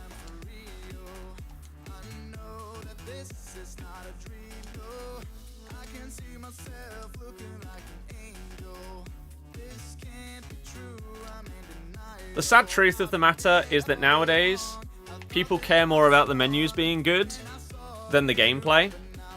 And that is why we are in the situation we are in my opinion. EA tried to pander to that, and it has not worked.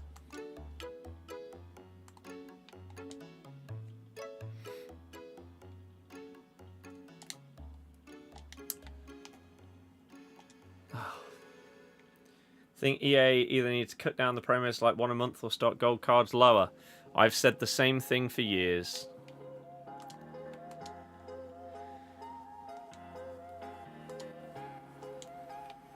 Every time I see like these threads on Twitter and stuff like that about like, this is what we need to do to fix the game, I'm like, I suggested that 5 years ago and have said it ever since.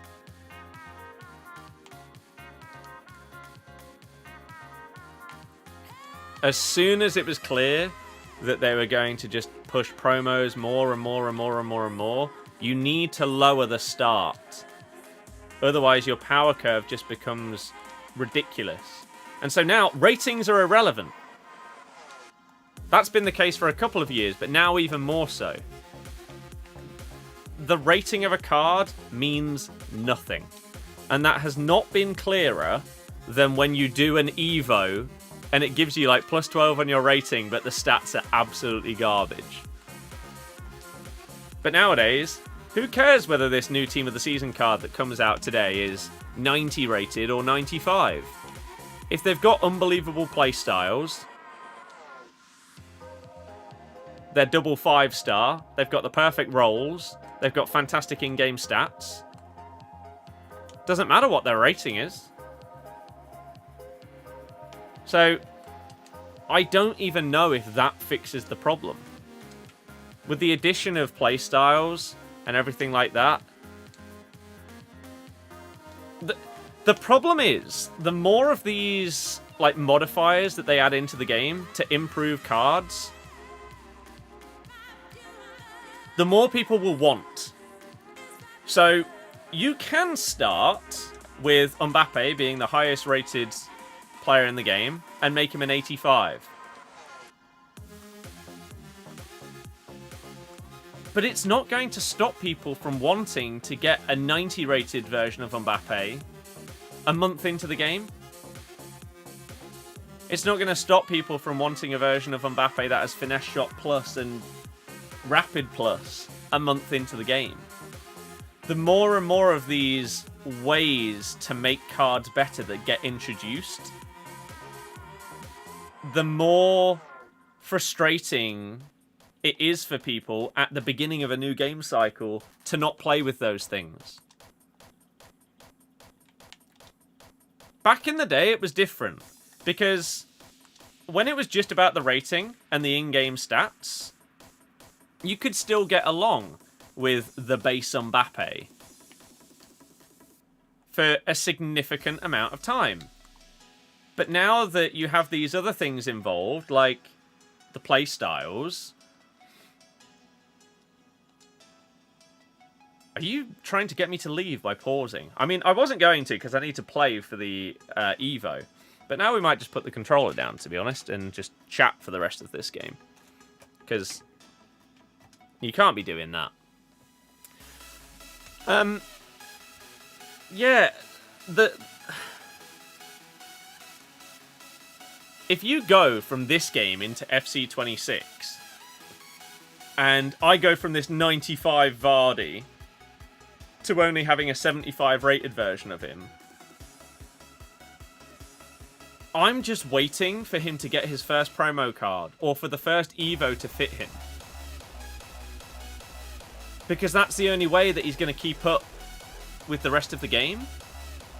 Whereas in the past, because the power curve wasn't crazy, you could get away with using your favourite lower-rated players for longer. I remember in FIFA 17, my first player to hit 1,000 games was base Nathaniel Klein. He was like 81 rated or something like that. But it didn't matter. Because you could get by with these cards. Nowadays, no chance. Unless you're doing like a past and present road to glory or something like that. Like related to a particular card or club or something like that. There's no reason to use those cards for longer than a month, maybe 2 months if you get something really good in like an icon pick or something.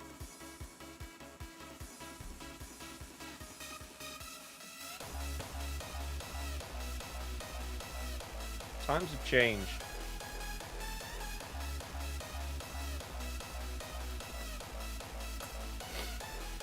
Been having a debate with a friend who you think is being a moron. He said Blackburn's title win was a better Cinderella story than when Leicester win it. Yeah, I don't agree. Logan, hello. Some fans saying Kane winning the Bundesliga isn't a real trophy. Those are people that just are negative, and you've probably seen it on Twitter because everything on Twitter is negative. People just like to bring others down for absolutely no reason. No gain, nothing. Even drafts aren't fun anymore. The vast majority of stuff in this game is not fun. No. Playstyles, roles, and custom tactics going would be the best things they could do straight away. I half agree. I don't hate the idea of playstyles and stuff like that. The problem for me is that they are actively saying that without this playstyle, this card isn't good enough. So, like, this 95 Vardy that I've got, right? When he gets Finesse Plus on his card when I get to level 35 in the season, it's going to absolutely be a game changer on a 95 rated striker. Because without Finesse Shot base, let alone Finesse Shot Plus, if you try and score a finesse from outside the box, it simply will not go in. You can green time it, you can put the right power on it, they'll put it over, or the keeper will save it. Because the playstyle is that important. That's the problem. If they toned them down so that the difference between no playstyle, base playstyle, and playstyle plus is squeezed, then they're not as much of a problem. The problem is the gulf. The distance that it makes. Oh god, our controllers ran out. Now, whilst I'm not planning on playing the remainder of this game, I do not want to be kicked, otherwise this would have been a big, big waste of time. There we go. You don't find the game fun anymore? I feel like that is what the majority of people think about this game series, and have done for years. But it does sort of feel like... It feels like this year is a tipping point for a lot of people, where they have finally realised that after years of not really enjoying the game, that is the case. And for whatever reason beforehand, even though they didn't enjoy it, were they lying to themselves? Were they forcing themselves to try and enjoy it because they did in the past? And now they've finally had enough? I don't know. I don't know what the answer to that question is, why this seems to be it. Because I could understand if this had happened in FIFA 23. Because for me, FIFA 21, 22, 23 is the worst back-to-back-to-back games that EA have made. Comfortably. Not even close. They, to me, are the 3 worst games that we've had in the series. Although, I might actually change that now. And this game may have to be up there in the top 3 worst. But then, I thought 24 was really good. And you had a couple of problems with the gameplay and like the meta and people being boring. But that happens in most games. But I thought for the most part, the gameplay and the servers especially were fine last year. And that's a major part of the game, like why it's been so bad. If you could play this gameplay without there being any button delay or server problems or anything like that, it would be significantly better. But that's not how we experienced the game.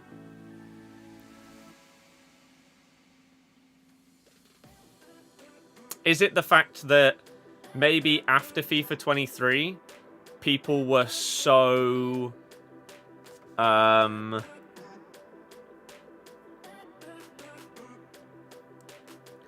people were so ready to be done, but then 24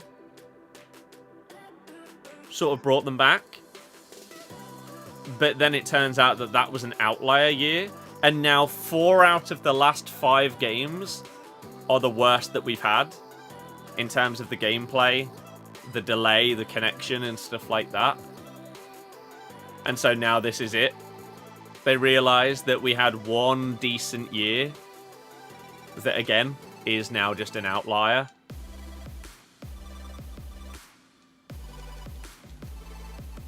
And it's clear that, well, unless we get really lucky with 26, then it's over. The game series is done until they get like a new engine or server setup or something like that, then it's done.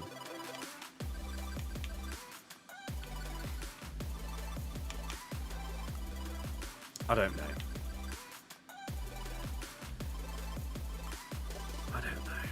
You don't get button delay, you just get heaps of lag.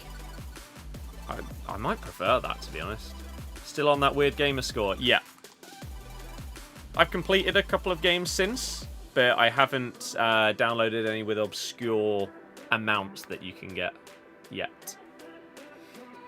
You should think they should remove Plus, or at least not have any till Team of the Year. Give them 1, maybe Team of Season 2, Footies 3. I don't mind that. And Bolo was unbelievable. Unbelievable. Yeah, I don't hate the idea of not having playstyle pluses until later on in the game cycle. They're just too good. Like, you look at any players at the start of the year. If we go into FC26 and Saliba doesn't have Anticipate Plus next year, he'll be worth significantly less.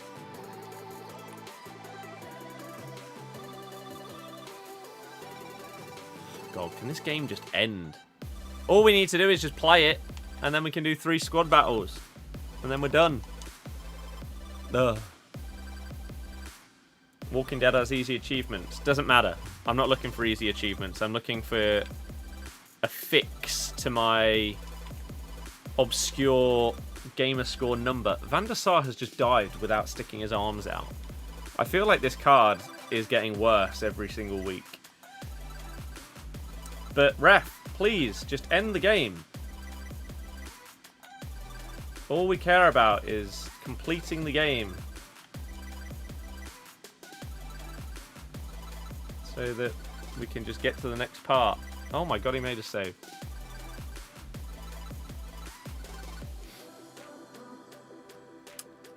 Mobo, hello, how's it going?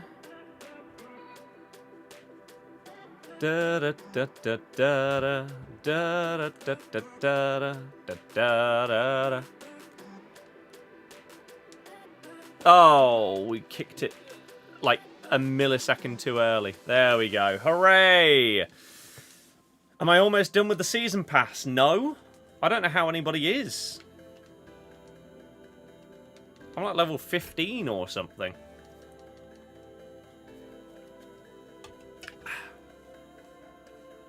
Right. Evos. Tick. And tick. And then for JJ, we need to play 3 and win 2. And with Harvey, we just need to win 3. So let's get to squad battles. Oh yeah, when you get to level 20, you do skip 10 levels, to be fair. I do forget about that. So in reality, the season is 30 levels rather than 40, so I'm not as far behind as it might seem.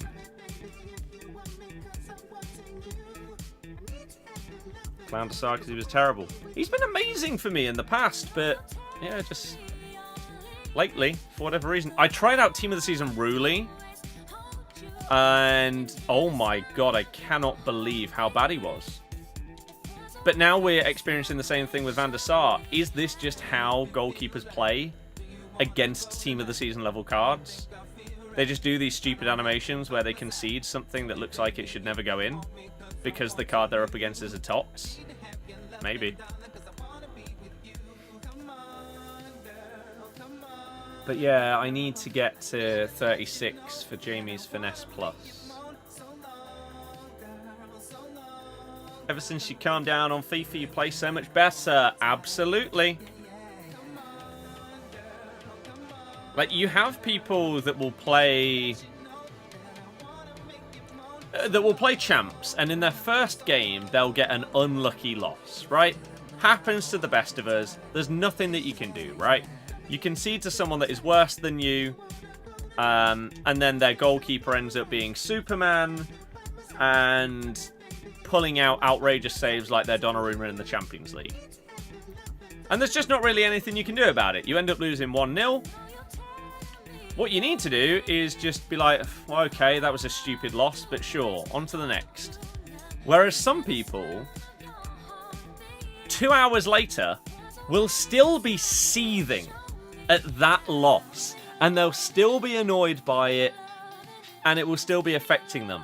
And they'll then go into the next game annoyed, in a foul mood, and it will affect the way they play. They'll make more rash tackles, they'll try and score quickly because the anger just gives the adrenaline and you just want to go, go, go, go, go. When in reality, yeah, you just need to accept sometimes stupid goals happen. There's nothing you can do. And let's calm down, let's move on to the next game and go from there.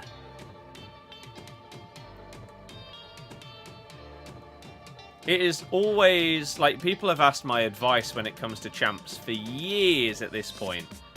And I've always said, go into it knowing you are not going to win every game that you deserve to win. So don't get annoyed or frustrated or angry when you lose a game that you probably shouldn't. Because if you actually pay attention, you'll probably win some games as well that you arguably don't deserve to win. But a lot of people don't seem to... They only seem to focus on when stupid things happen against them, but not when it happens in their favour. Like, if you score a goal where you know that was absolute nonsense, the ball has just bounced back to my striker 3 times. A lot of people, in their mind, they'll say, oh, I deserve that. When, if they concede it, they'll never deserve to concede it. Or their opponent won't ever deserve to have scored it. And so you've just got to think about things a bit more realistically a lot of the time. And I think people would get a lot less annoyed at the game if they sort of put things properly into context. But that's asking a lot for for a community of a game that purposefully play to annoy their opponents, purposefully celebrate in certain ways to annoy their opponents.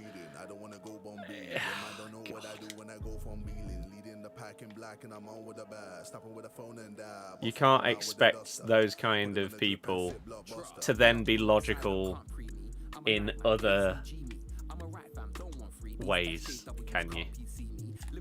You're asking a lot.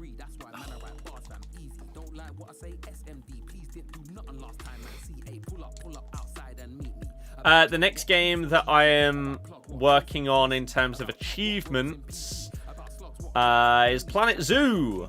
I'm very close. I have got 1 1/3 more levels to do. I've got 2 out of the 3 tiers of challenges done on the penultimate level.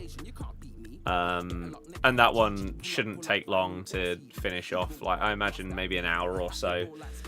And then I'll be on to the very last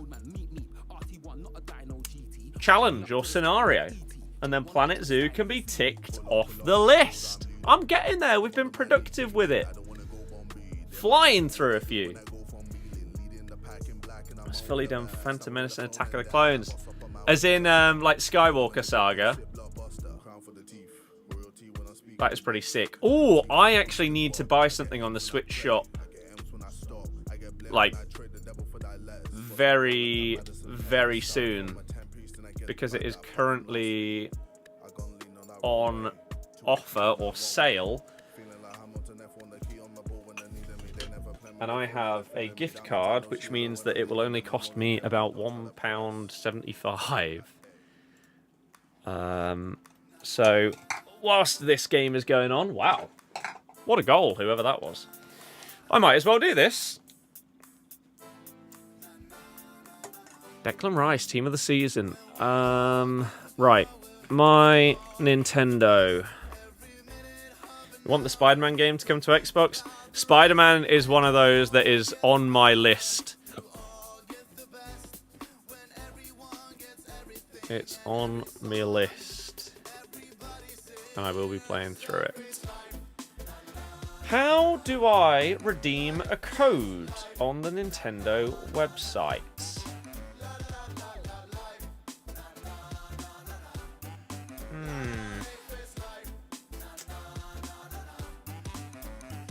I can't seem to find it.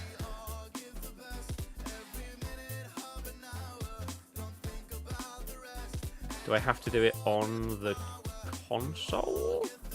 Is it in my Nintendo rewards?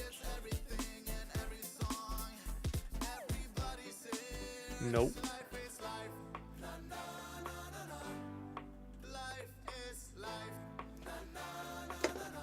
Can I redeem Nintendo eShop card online? That is exactly the question I'm looking for.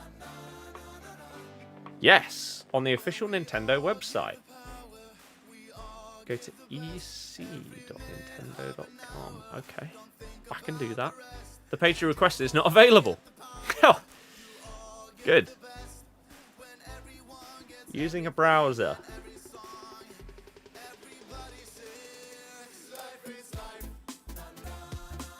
What to do? Visit this. Does this exist? Oh, it does! Aha! Okay. Enter your code. Right, let's do it. Please scratch gently. Right, let's reveal this code.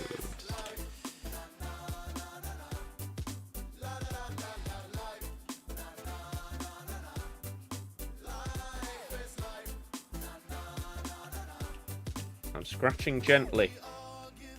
Aha! See, this is why Squad Battles is great, right? You can get your objectives done, you can get your evos done, whilst you're buying other games on the side.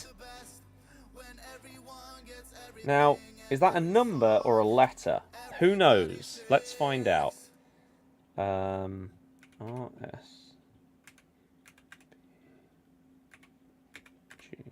G11. Next! Confirm funds to be added. Yes, please.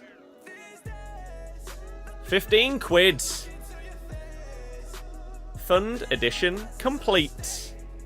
Lovely.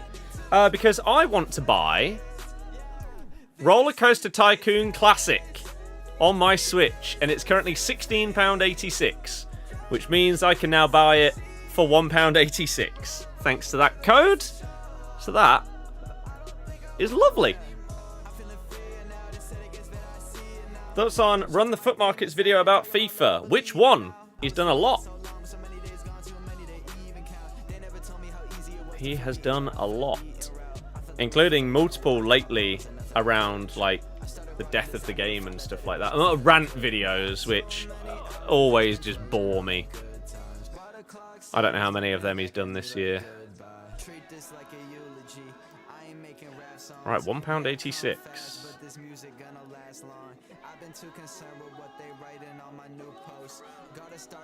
Purchase. Jay, all good. We got half an hour to go until Bundesliga TOTS. And we have 2 more squad battle games to go. The download will start automatically. Dub! So yeah, Roller Coaster Tycoon Classic. Purchased for £1.86 on the Switch. Hell yeah. Lovely. You own this game. Hell yeah, I do. Been meaning to see that for a little while. So that's good. Tick things off. As I say, the beauty of squad battles. His new rant videos. No, I don't find them interesting. I don't know how anyone does. It's just someone moaning about the same stuff over and over and over again. So unless something has drastically changed in his latest ones, then there's a very high likelihood that I won't watch it.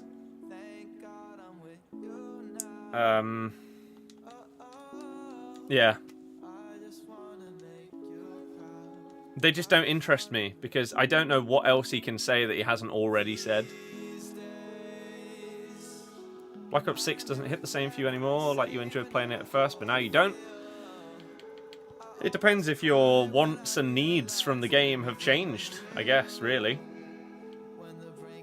Like if previously you were really enjoying grinding camos, but you're done with that, and so you don't really have anything that you're aiming for, then you're not going to find the same joy.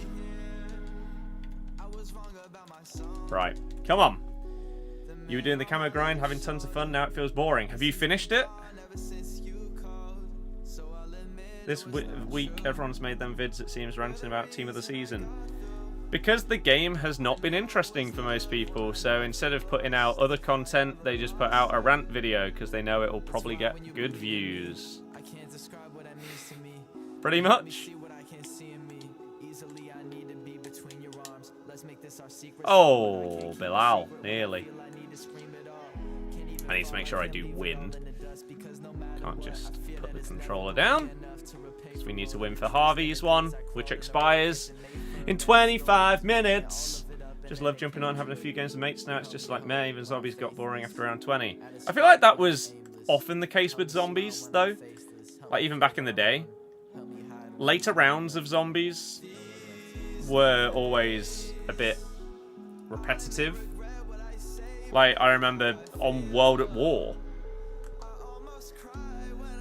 it was a bit different when your tactics were sitting on the catwalk on Darius, because there was going to be an eventual end, right? Someone was going to reload at the wrong time, you were not going to get a max ammo for a while, and you were going to die, and it was a matter of when, right? Whereas nowadays, training on zombies, for the most part, has made it so easy that it's hard for it to be super entertaining when you get to higher rounds, because the methods that they have for making it harder are just to spawn like loads more boss zombies. But unless you get unlucky with like their placements or something, it doesn't actually make it that much harder. Whereas, like I say, even back then, on Darius, there are areas where, like, if you go and play Darius now, then there'll be different training spots that you can use, and you'll probably get to a ridiculously high round. But that's not how people played back then.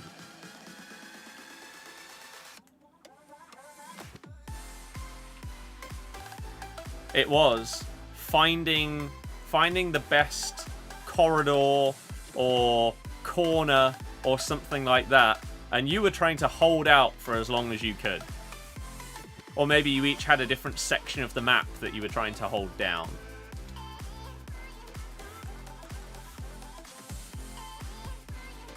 Gary, go on!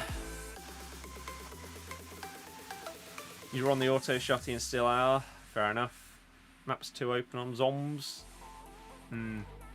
Best COD was Black Ops 3. Need to remaster it for Xbox today. Well, the COD that's coming out this year is another Black Ops sequel. It's like Black Ops 2.5 or something. So that'll be interesting.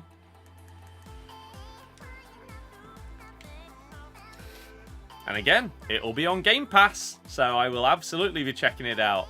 I would love for it to not come under the, like, COD umbrella when it comes to, like, achievements and stuff, though.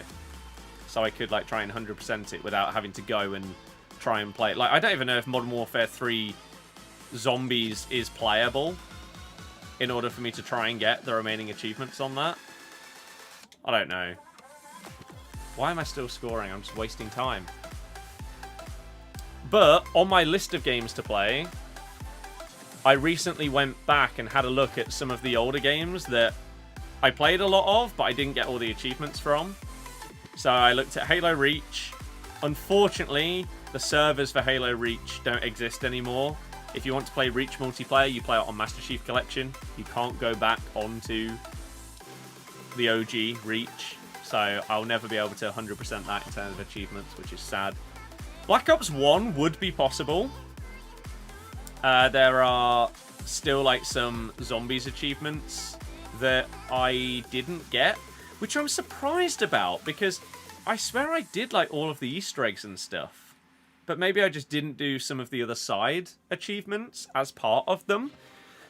So I'd have to go back and do them. Same with Black Ops 2, same with Black Ops 3, and same with Black Ops 4. I believe they are all still possible to 100%.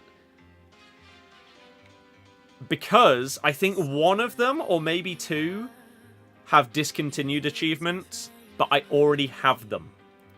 It may have been like Black Ops 2, where there was an achievement to do with winning games in League play, which was their ranked mode.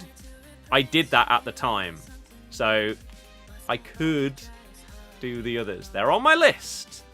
Which is why, even as I'm ticking stuff off the list, I'm adding more, because I'm scrolling back through my achievements and thinking, oh, I could do this, I could do that.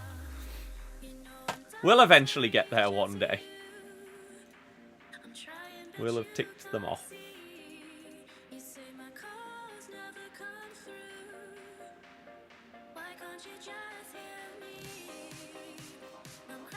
Flashback Pepe is a nice player. Is that what I came up against in the previous game when they'd like used the Team of Season cosmetic on him?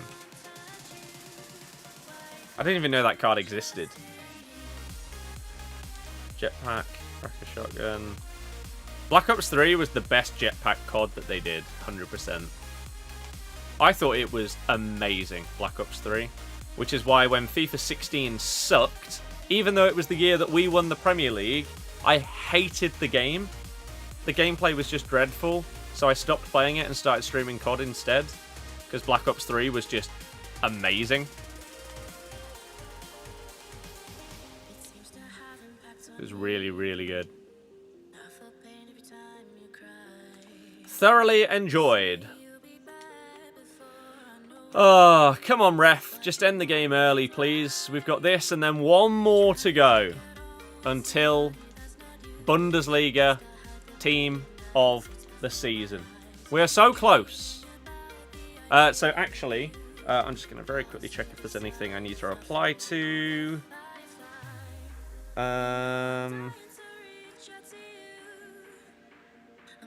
Okay, that's fine. What's this?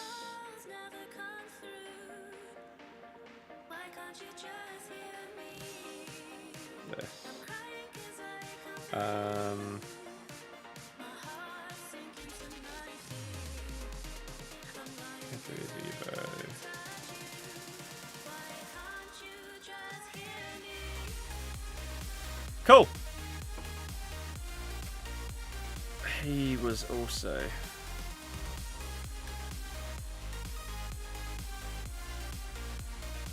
Okay. Solid. Whoa. As everyone's leaving the stream, even as it's getting close to 6 PM. No. Come on, everybody. It's nearly time. We've been waiting. We're nearly there, everyone. Just got to hold on for 17 more minutes. Which, I need to make sure that the ball doesn't go out of play 100 times in this final game. Otherwise, it won't get done in time. That's the one downside to if you put your controller down on semi-pro. The ball will go out of play a lot. And so the games can actually take a long time. Sometimes. So this is why sometimes you've just got to sit and play a little bit, but not properly. So, yeah, if the ref could just end this one now. And then we'll have 15 minutes to do one more game of squad battles. And we can finish off our Harvey Barnes and James Justin Evos at the same time. With a few minutes to spare on the Barnes one. That'd be fantastic. They needed to change the champs rewards because the red picks just weren't it. Like, I know in the past sometimes you could get unlucky with your red picks and you could literally get the worst selection possible. But it didn't happen every single time. And you did feel like you were rewarded in terms of red picks if you got a good finish in champs. This year, that just hasn't been the case. And I'm basing that off of everything I'm seeing on Twitter. People that can get like rank 1 or rank 2 just not getting rewarded for it. I've got rank 3 and rank 4 so far. And none of my red picks or the team of the seasons that you get from the packs have made it into my squad. That's really, really bad. IMO. Right, final game. Final game before we pack Harry Kane. Nintendo eShop. Purchase confirmed. Hell yeah. Get me some Roller Coaster Tycoon Classic.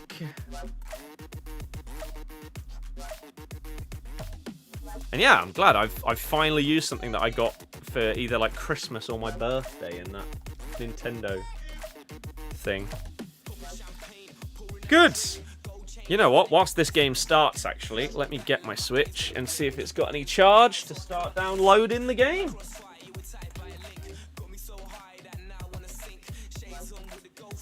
What we saying? Is it dead?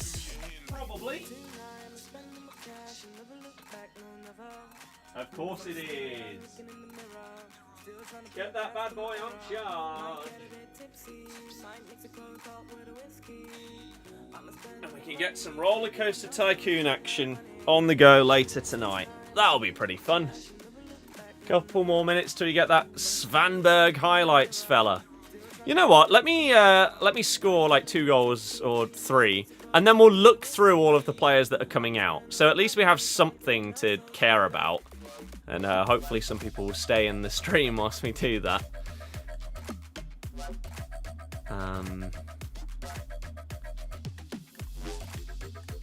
Is it going to be one of those games where just give me the ball? Just give me the ball. Thank you. Go! Bilal! Bilal! How has he missed? Doesn't matter. Right, let's get 3. And then let me make sure that I've got the tab open of all of the cards. Here it is. And we can have a look through them all.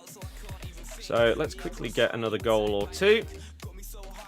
And then whilst it's playing in the background, because we've got, what, 12.5 minutes to finish the remaining 70 minutes of a Squad Battles game. We are good. We are not going to run out of time. Especially if I'm, like, half playing and making sure the ball doesn't just continuously stop. Right, there we go, 3-0. So, here we are. Here are all of the cards coming out today. So, RTTK could be a really nice card. Badarki is going to be one of those off-league centre-backs that just ends up being a beast if you have, like, if you pack them and have to use them in some kind of, like, cup or something like that. New Team of the Season cup. My mate packed Cunha as well. I cannot believe that he's not significantly more expensive. I don't know what it is that is keeping that card from being like a mil plus. It's crazy to me. Who else we got? Anderson Talisca seems to get one every single year. What a card. Kleindienst, Doan, Borgraf, Aiden, Vida, Willy Orban. Only 87 pace. Yavru, Kramer, Masuaku. West Ham throwback right there. Jamie Bino Gittins gets a highlights card. Ahead of his potential move in the summer to like Chelsea's linked to. Maybe a couple of other clubs. Kogel, Gedson Fernandez. He was so highly rated. Didn't he go to like Spurs? After he smashed it over in like the Portuguese league. Oh my god, Wout Farser just played a wonder ball.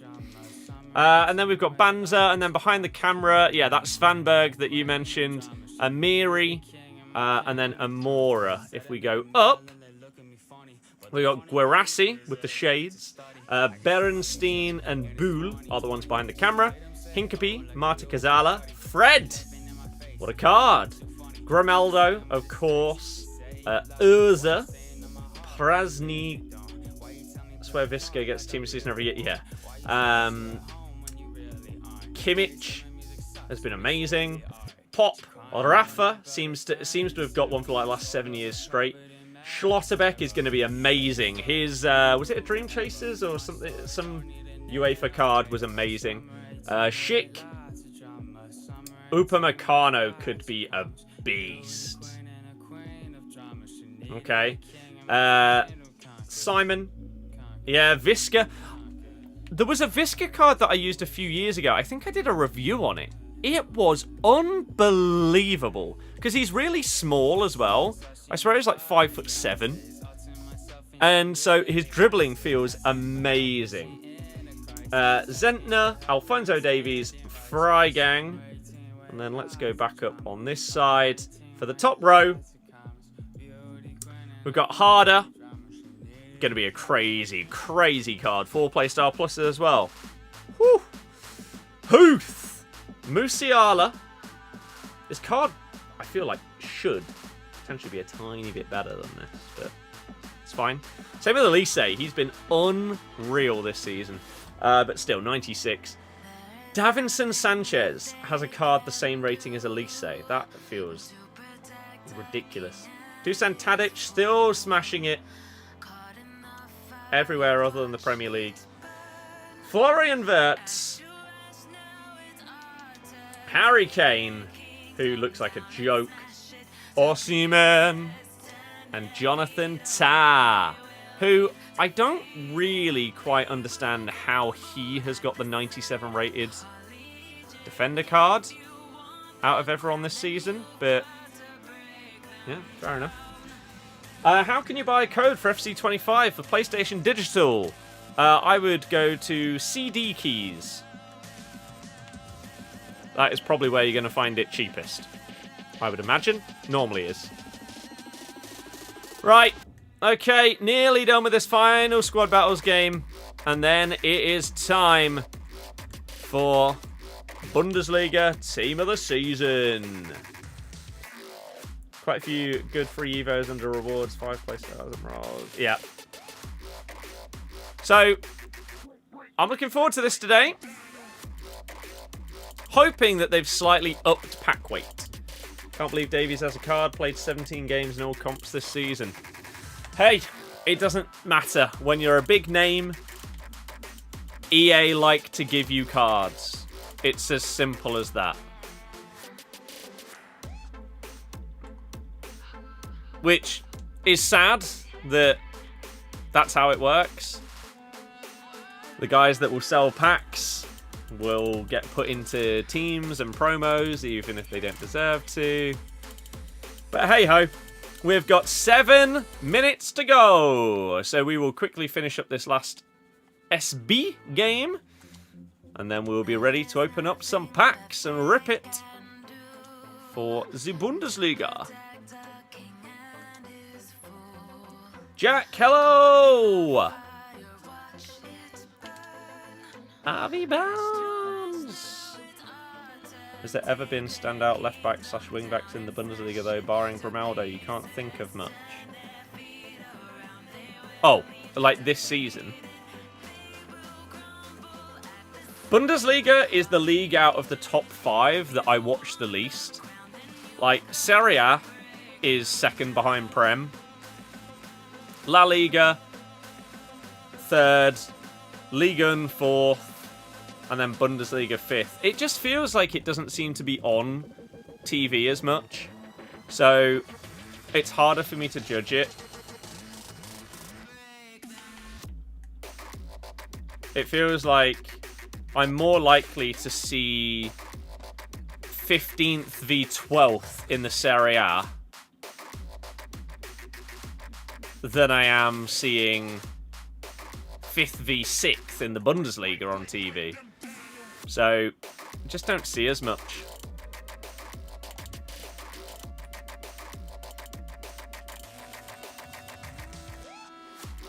Hop. Oh. Because I can think of, like, last season, especially with the Euros and so, like, Mittelstadt and stuff like that. Frimpong last year was an absolute joke. He's getting an SBC, or objective, this week. As is Xavi Simons. That could be a crazy, crazy card.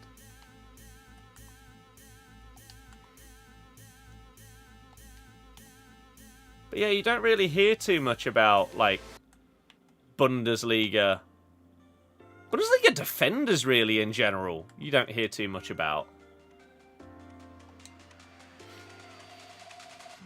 Simon's objective. Yeah. And Frimpong, the SBC.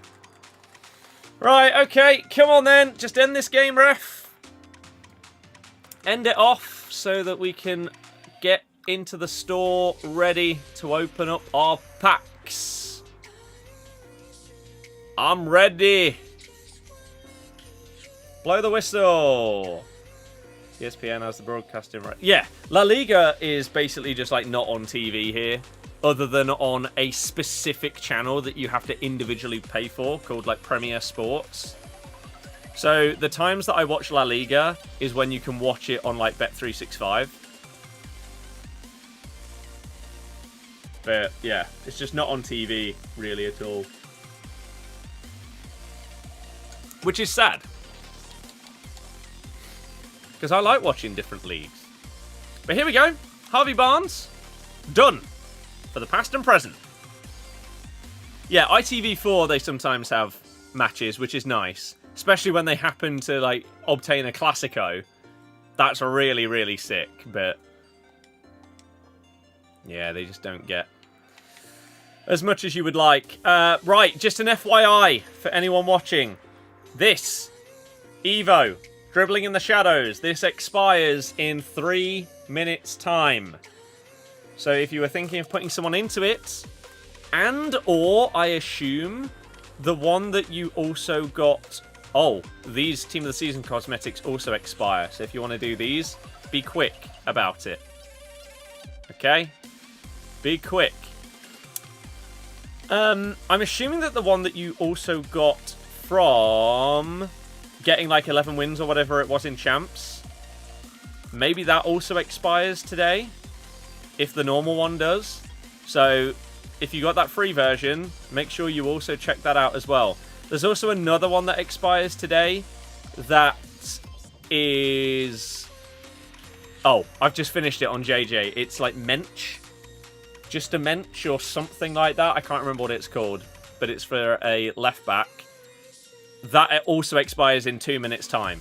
So if you're planning on doing the Mensch Evo or the In the Shadows or Dribbling in the Shadows one, get it done now. Otherwise, you're going to miss it. Oh god, I need to do this as well. I completely forgot. that we got a new one.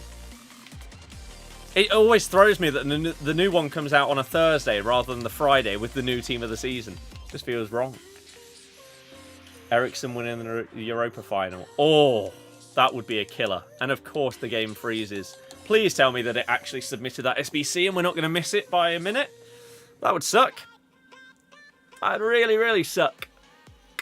The remaining TOTS, looking forward to seeing the Liga F players. Yes, they're going to be unbelievable, Jeff. Come on, game. Hurry up. Otherwise, we're going to miss it. We got 90 seconds until Bundesliga.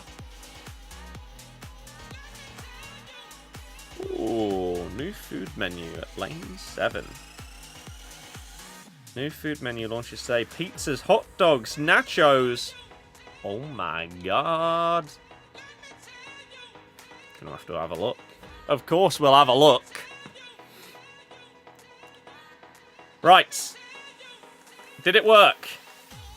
Yes, because we've got the objective done for it.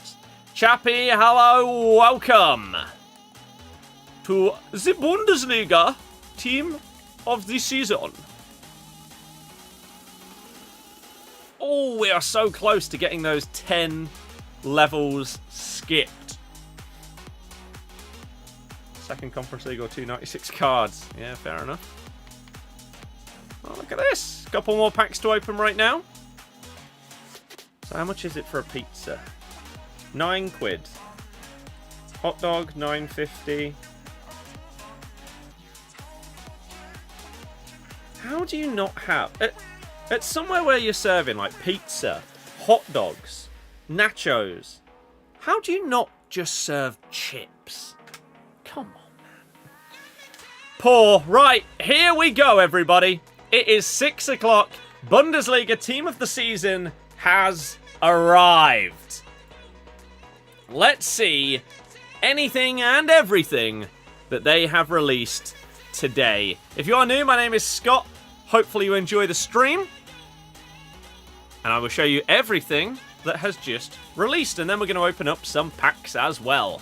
Time to turn our attention to the Bundesliga, the Frauen Bundesliga, aka the GPFBL, and the Super League. Daily player SBCs, Evos, objectives, and more to come. Let's start off with the objectives then. What do we have? What was this? Oh, okay, that's fine. So, honorable mentions and Yomi. 500 SP in here as well. 5-star, 4-star. Can also play right wing. Looks like a... It's an okay card. The daily play games completionists gets you from the shadows. I thought it was supposed to get a... We're supposed to get our Javi Simons. Unless, is he in, like, seasonal? No? I don't know. Don't know. If anyone knows what's going on there, let me know. Because I thought he was supposed to be there. Right, Evos. What's new, then? We have got... From pitch to dance floor. Deadly in the box, smooth on the beat. From scoring goals to trending moves, this Polish powerhouse brings flair both on the pitch and on the dance floor. So, a Lewandowski-based Evo, even though he's now in La Liga. Okay, max 91, 50,000 coins. I can put this Jamie Vardy in. I'm not sure there'd be any point, considering we've got his end of an era. However, what kind of card would we get? Pace goes up to 92. Attacking positioning to 97. And finishing. Wow, okay. Acrobatic. Heading accuracy. Volleys. Pens. You get up to a 5-star weak foot. Long shots only goes to 88. You get finesse plus. Low driven plus. Quick step. Skill moves goes up to 4-star. Physical goes to 90. Passing to 86. Power shot if you don't already have it. Dribbling goes up to 89. Shot power 15. You get technical as well. I mean, it's not bad, is it? This card actually comes very, very close. Other than the 99 pace. This card is arguably better than the SBC. Because of Finesse Shot Plus. Although you will be able to add Finesse Shot Plus via the Season Pass onto that Vardy. But I could put it onto someone else. Like, we have a Tom Cannon. We have this Edward card that we could get up to that. Double 5-star. I mean, he's got 77 reactions, though, on a 93 rated striker. That's pretty terrible. So, we always ask this question when it comes to Evos. What does it look like putting in an average player? Right? So, let's go down to base Ollie Watkins. Can you put in a lower rated card and come out with an absolute machine? Yeah, you kind of can. Because again, you still get your Finesse Plus and Low Driven Plus. And he does get some really, really nice stat upgrades. 4-star, 5-star. There's going to be a hell of a lot of options that go into that Evo that are going to come out looking amazing. I think if I couldn't add Finesse Plus to my End of an Era Vardy, I'd put him into it. But I think this, like, my Vardy Evo is probably just dead at this point. There's no real point in putting him into any further. I could do Edward, or maybe we could find someone else from past and present that also fits this. But that's not bad. Do we get a free one as well? We do. I didn't even see this one yesterday. Oh, wow. Oh, wow. Do I have... All right, Saliba. Okay. That's kind of cracked. Maybe we could put a Leicester player into that one. But Kuba's ladder. Climb the ladder to gain Kuba's blessing. Become an Iron Man on the flanks and a true two-way player. Boost your right mid across the board and never stop running. Is this... like, Blashikovsky? Is that what this is in reference to? If so, fair play, EA. Let's have a little look then. Buonanotte or Fatawu both fit into this one for me. And what do we gain? We go, max 4-star skills is really frustrating. Why not just make it 5? That's dumb. Max 95 pace. Shooting goes up to 89, dribbling to 93. First touch, 90 passing, 18 defending you gain, 70 stamina. So, hey, if you were stuck on stamina, then you're sorted now. Takes him up to 99. Quick step, rapid, first touch plus. Weak foot goes to 5-star. So if you can come into this with a 5-star skiller, which to be fair, I have with Fatawu, but not with Buonanotte, then you can take them to a double 5. And yeah, their defending goes up to 82. Relentless, rapid plus, and then I don't know what's going on with those playstyles. Oh, there we go. You're supposed to get whip pass and then another playstyle plus, but we already have too many. So we'd have a double 5-star for Tawu. He wouldn't have Finesse Plus, he wouldn't have Low Driven, but he does have First Touch, Incisive, and Trickster Plus, with Technical, Ping, Long Pass, Power Shot, Finesse. I might have to do this one. Let's quickly look at Buonanotte coming out of this. Yeah, it's just not as good, is it? His reactions and composure are lacking as well. But okay, someone like Sancho coming into this with 5-star skills comes out with double 5-star and a pretty nice card. This might be one where I just instantly have to go with Fatawu. And he's then just... he's just in. Yeah, let's do it. Why not? Get him in! Let's get these started in advance. Right, SBCs, and then it's time for packs. Our daily login, of course, Jeremy, Thrim, Pong, and Georgia Stanway. So, honourable mention, Frimpong is 4-star, 5-star. Right back, right mid, right wing. I mean, it's a Frimpong card. You get exactly what you're expecting, really. 8 squads. An 88, 289s, 4 90s, and a 91. And then Georgia Stanway was fantastic last year when she got a massive card. Double 4 is a bit disappointing for a 5'4" DM. She can also play centre mid, and she's got 90 plus in all of the face stats. That card, outside of being double 4-star, looks like a phenomenal centre mid. Box to box plus as well. She would be amazing. She'll feel so smooth on the ball because she's small as well. 88, 88, 89, 90, 91. Wow. Really nice. Looks like significantly better value than Frimpong. Not going to lie.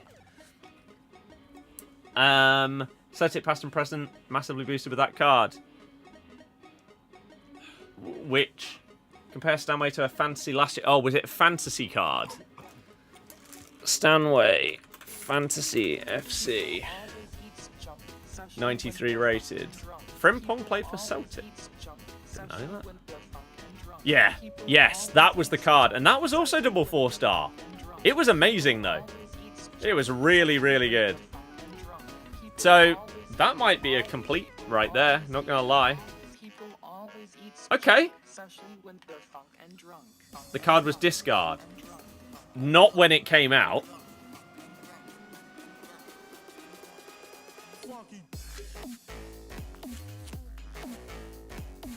Like, it wasn't expensive, but it was like 75, 100k, something like that.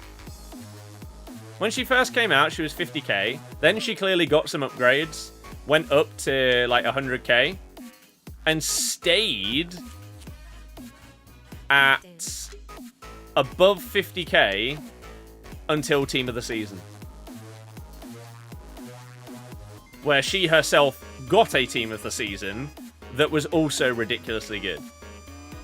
That was 90 plus in all her face stats. And that card, last year, was like 400k. And then all of a sudden plummeted from 400k down to 35k when we got to the 5th of June. Was that like FUTTIES and it got re-released, maybe? Don't know. Right, we've got packs to open. Packs to open. Wait, Olan. Oh my god, Olan, you are mental, my friend.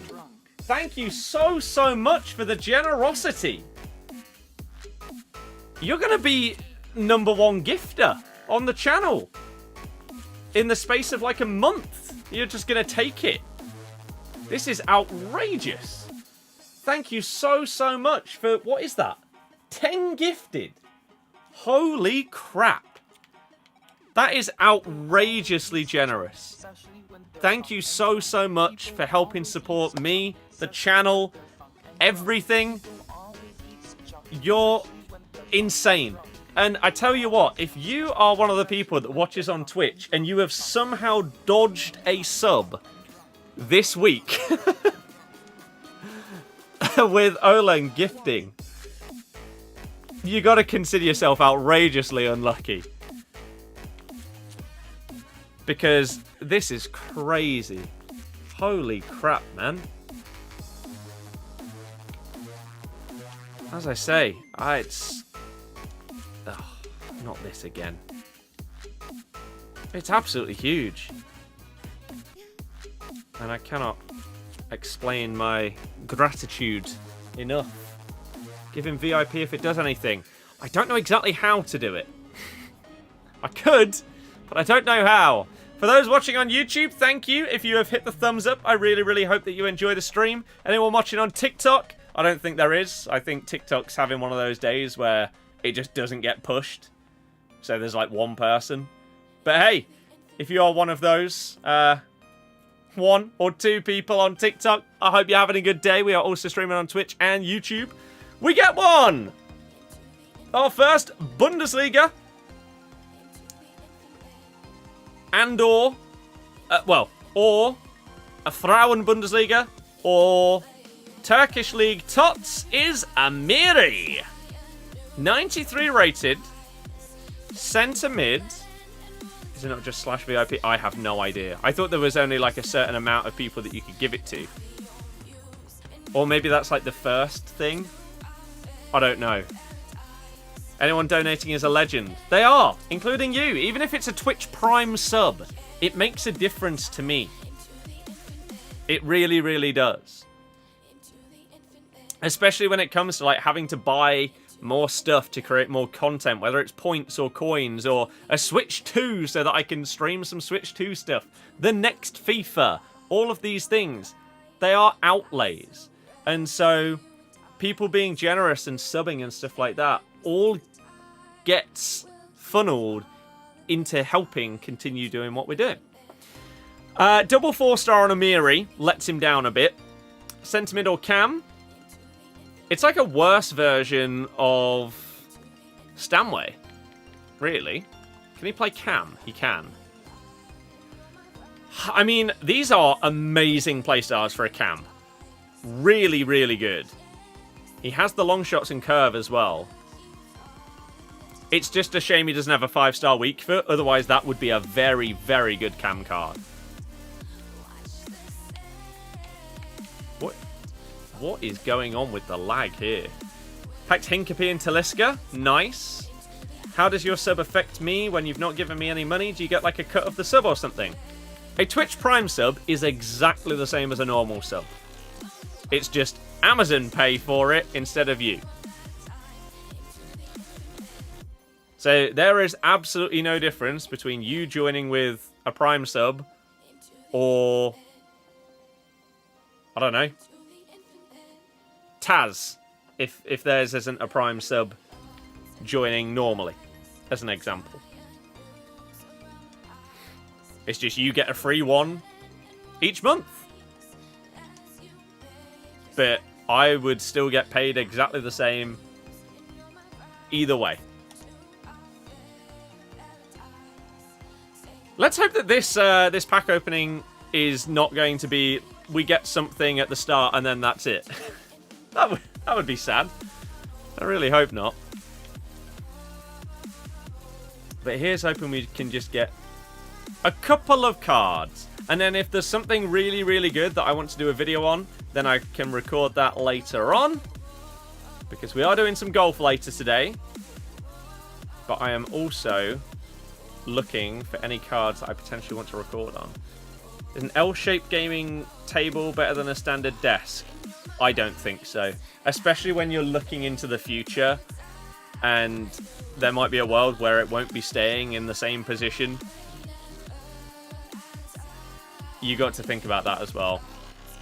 I don't think L-shaped desks are good in the vast majority of scenarios. I would rather get a normal desk and then get something else on top, whether it's like another desk and having them like put together, or like a table or something like that. I'm not a fan of L-shaped desks. Come on, the 83 times 10. That's not blue, is it? Come on, man.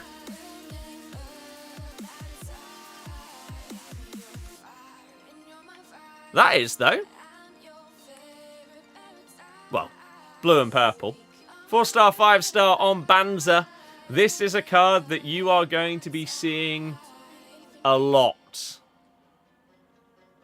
this week if you're opening packs. He's going to be the guy, isn't he? He's going to be him. It's like a standard one, has an add-on side to the right, one of those. Yeah. I'm just not a massive fan. Right, let's go 84 times 10. Tradable. Harry Kane, please. We get something.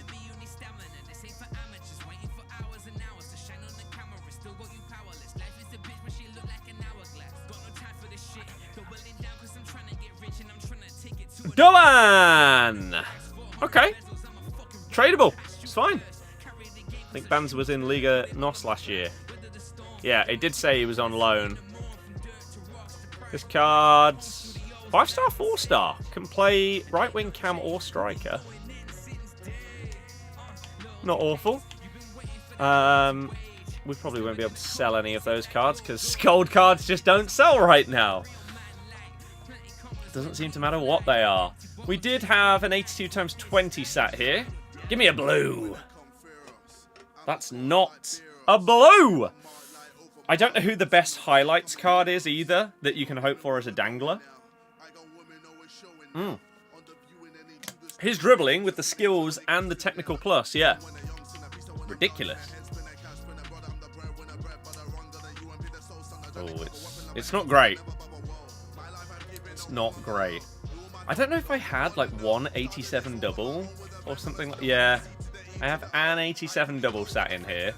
But as per, each week of Team of the Season, we are going to go through each, or like all of our packs, and just see if we can get anything. And then throughout the rest of the week, we build up towards whatever's next. Is it Serie A? I can't remember.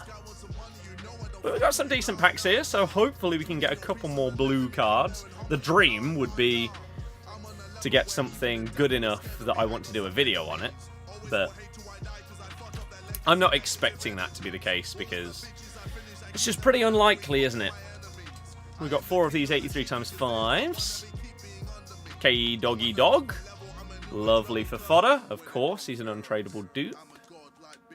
I cannot believe that this bug... Oh no, he's a tradable dupe. That bug of it like kicking you off and having to go back in because it doesn't realise it's an untradeable. How is that in the game? Okay. A centre-back. Hincapie. Okay. I didn't really look at his cards when we were looking at the full list. Aerial plus, anticipate plus, long ball plus. Let's look at his in-game stats.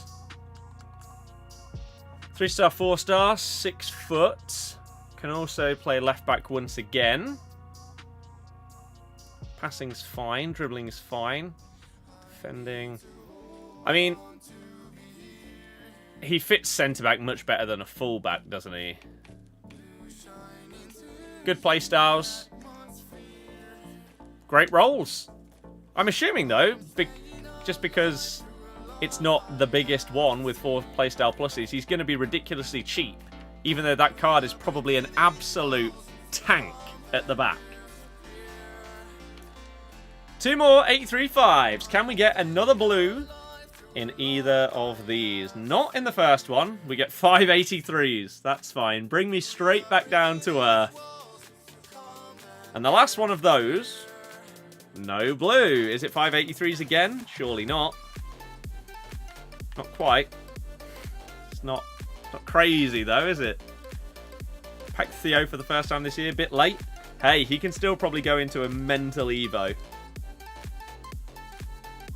And just get a crazy card out of it. Here's hoping then in the 85, 86, 87 packs that we've got that we can get a big boy card. I'm not expecting it. Really not. I imagine Hincapie will probably be the best thing that we see today. Just because Team of the Season pack weight doesn't seem crazy when it comes to the bigger cards this year. Seems pretty difficult in order to get them. Whereas there's some years where it feels like, other than the top maybe 3 cards, you're still packing bangers. Not the case for myself, nor it seems most people in the community. I'm seeing a lot of people moaning that whether it comes from FUT Champs rewards or just their pack openings that they're doing, they ain't seeing the big cards. Or even like the mid-tier cards. The ones that are worth like 300k, something like that, to 500k. I did get Vitinha in Ligue 1, to be fair. That is the one card that I've had in that sort of price range. I imagine he's nowhere near that expensive now that we've had a few more weeks of Team of the Season. Let me quickly have a little look. Vitinha. He's still $250,000, so that's been the best one for me. Tradable Haaland yesterday, untradeable Gravenberch and rewards. It's not bad.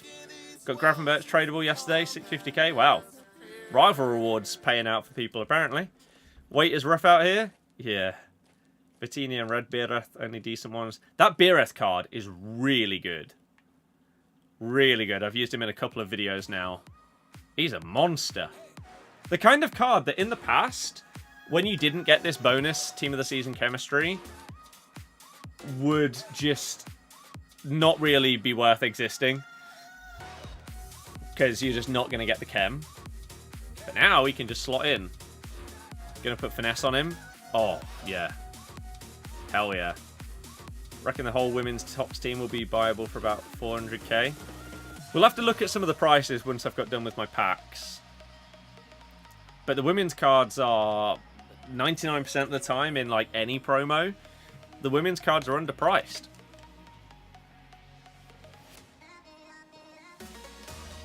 Which is great.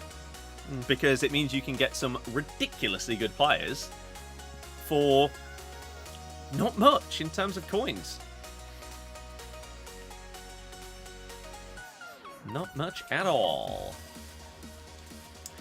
Come on, though. Just a handful of blues. Just to sort of... Oh, dear God, Kane's price. Yeah? Let's look at some of the prices right now whilst we open up this last... Oh, we get a purple card. Banza again. I told you he's going to be him. So, let's look at the prices, shall we? In terms of the lower rated ones, are any of them worth anything? Not really. Visca's coming in at 100k. He's double four. He's double four every year. Schlotterbeck, 150. Ekatike is nearly 400k. Guarassi is 200k. Hincapie is 50. Team of the Season Rafa is 150k.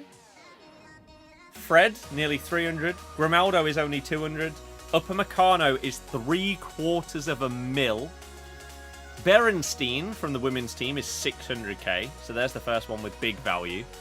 Pop's Team of the Season is only 50k. Same as Schick. Kimmich is 500,000. Alphonso Davies is 1 mil. Huth from the women's team is 160k. Freigang is 1.9 mil. Florian Wirtz is 2.6. Tadic is 300k. 4-star, 5-star looks really good. Elise is 3 mil.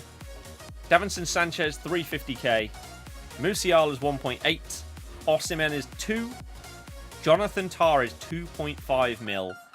Harry Kane 6.8 mil. He is double 5-star though, to be fair. That does bump the price. Being able to do 5-star stuff with Harry Kane is unbelievable. And then Harder from the women's team is 2.7.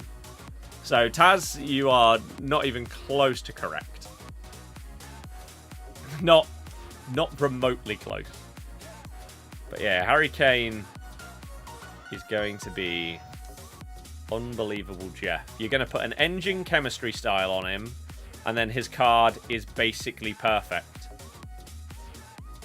Like, in terms of the stats that matter for Harry Kane, right? If you have an engine chem style on him, you have 96 acceleration and sprint speed. Okay, listen for the smallest number here. 96 acceleration and sprint speed. In your shooting stats, long shots and volleys are 97. The other 4 are 99. His passing, he has 97 crossing, 80 free kick accuracy, who cares? The rest are 99. In his dribbling, he has 92 agility, 96 balance and ball control. The other 3 are 99. He has 99 heading accuracy, 96 jumping, 95 strength. 5-star, 5-star. Finesse plus, Incisive plus, First touch plus, Low driven plus, Power shot, Power header, Long ball, Press proven, Trivela, Aerial. He might be the best striker on the game. He genuinely might be the best striker on the game.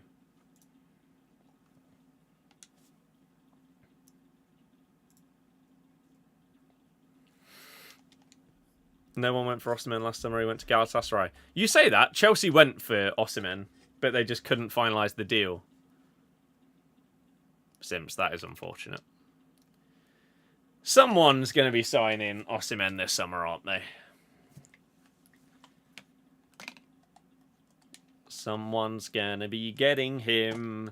You've got him, Watkins, Liam Delap, Sesko.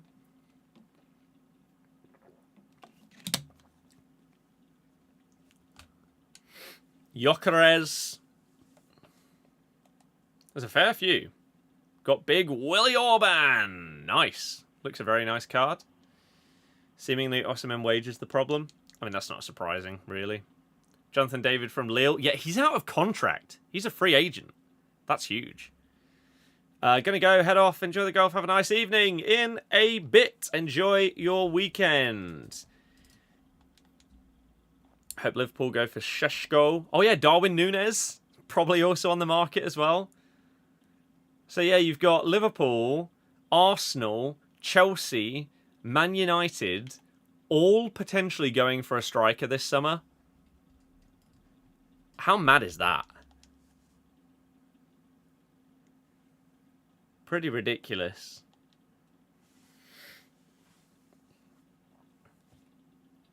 Like, fair enough a summer where, like, 2 of them are maybe going for one, but... crazy. You might also have Aston Villa in that equation if Watkins is leaving. Mad. Absolute madness. Can you... CM? I'm not sure what that means. I'm afraid. I'm not sure what you mean. Right. Those ones done. 84 times 5. We've got 2 of these. What do we have here? A Spanish centre-back from Liga F. That's okay. Because behind Mappy Leon, we've got... Urza. I mean, in terms of keeper stats, he looks great. Will he actually be good in game? Who knows?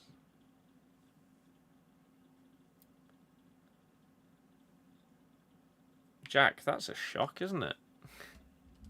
Oh, back to back. Is it going to be the same player?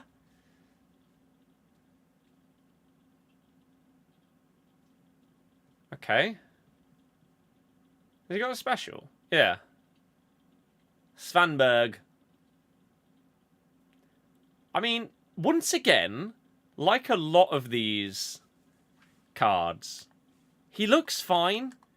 And if you have to use him for some kind of Team of the Season Cup or whatever, because you need a slightly lower rated player, he's going to be amazing. So, we'll take it. Why did they give the other keeper rubbish stats looking at him? I don't know. Yeah, Pazvir's stats still feels like it's a mistake, but yet they're not fixing it. So I don't know. Can I show you the tots? Ah, right, okay. Whilst this walkout happens, here you go. We're going to go through it very quickly, though. So here are your bottom cards that you're probably not going to care about packing. Okay. And then here is everybody else. Harder on the right-hand side is worth a hell of a lot. Huth is worth a decent amount. But here is everybody else. Musiala, Fred, Elise, Grimaldo. There you go. There's everyone. Right. Let's continue. Let's continue. 84 treble. No blue, no purple. But Donnarumma, who is having an absolutely unbelievable Champions League campaign. The guy has been amazing. 2 more games for Ribéry. That's sick. Definitely taking him. Not the packs. Davies looks fire. Yeah, he'll be amazing. Can almost make full Turkish league team. That looks good. Some years been almost half teams. Yeah, I like that they've done that. Post Liverpool second leg, he's been huge for PSG. Yeah.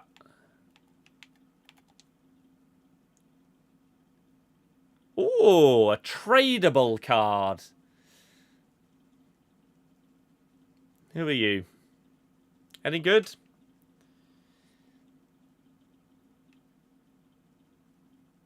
Dorsoon.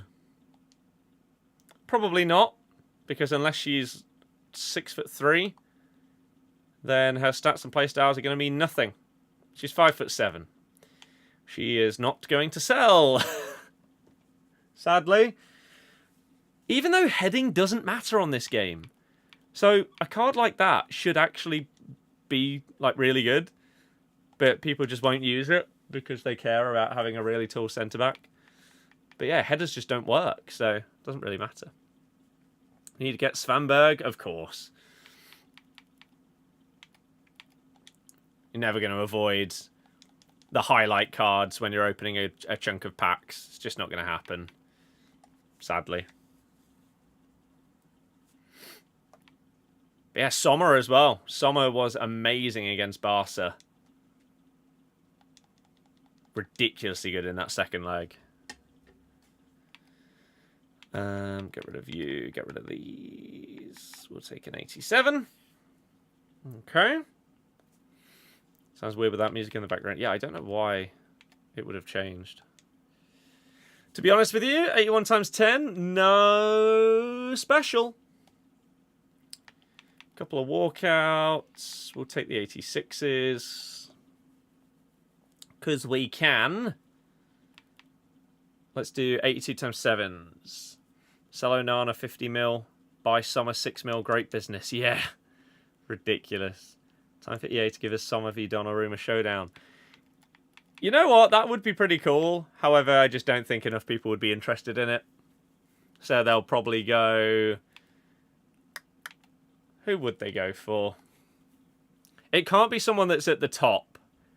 It's got to be like a random player that people just don't really care about. Like a Fratesi. And then who on the other side of things? Trying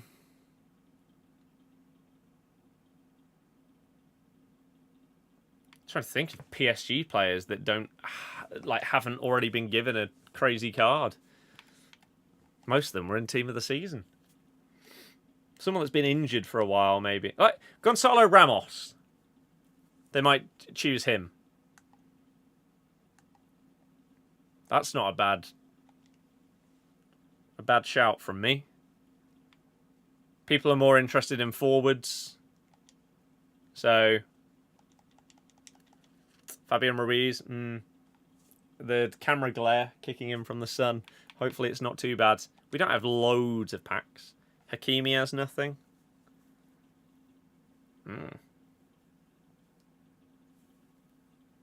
How?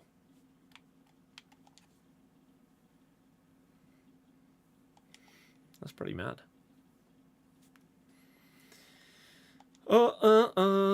Gary, you'll get there. You'll get there, just like we'll get there with these packs. There's not loads and loads and loads, but hopefully there's something hiding in one of them. If not, I mean, we've got a handful of cards. Nothing worth over 100k, though.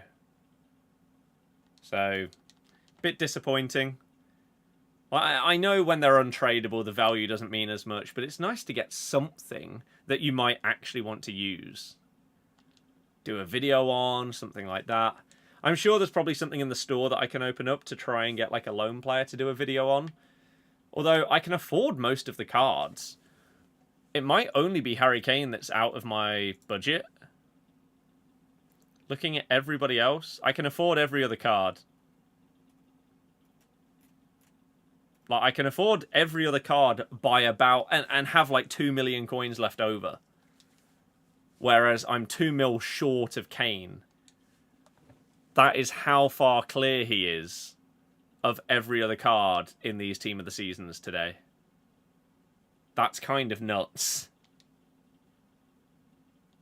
He costs 4 million...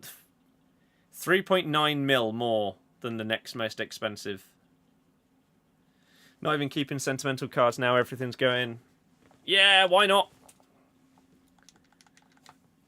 There's no... Like, I do that every year. You end up holding on to cards thinking that you'll like use them again in the future, but in reality, you won't. So, just get rid. Okay, here we go then. Not many more to go. Will we get something banging in what we have remaining here? I hope so, but I don't have very high expectations, if I'm honest with you. Considering how this has gone. Not even getting, as I say, like a 100k card.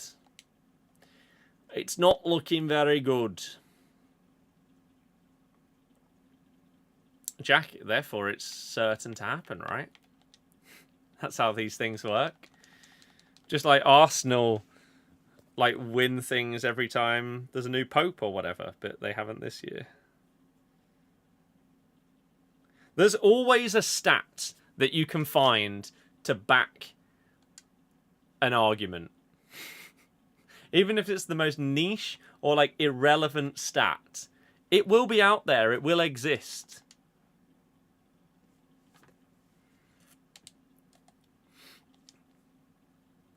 Because there's just so many.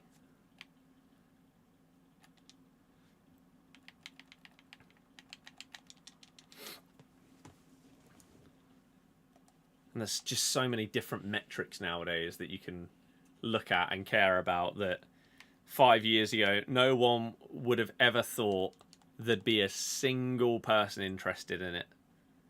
But now it can be used in an argument, so therefore, it matters.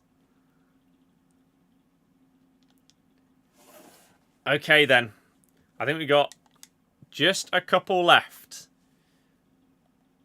And so far, it's been very lackluster. Doesn't feel like the pack weight has significantly increased. We've got 3 84 doubles, an 87 double, and an 85 double. They got the same as Prem pack weight. Embarrassing. Don't know if you can even be bothered rest of TOTS. Yeah, I mean, they've improved the champs rewards. So hopefully there's a world where they do feel better. And they feel a little bit more rewarding. Let me quickly do... Have we got...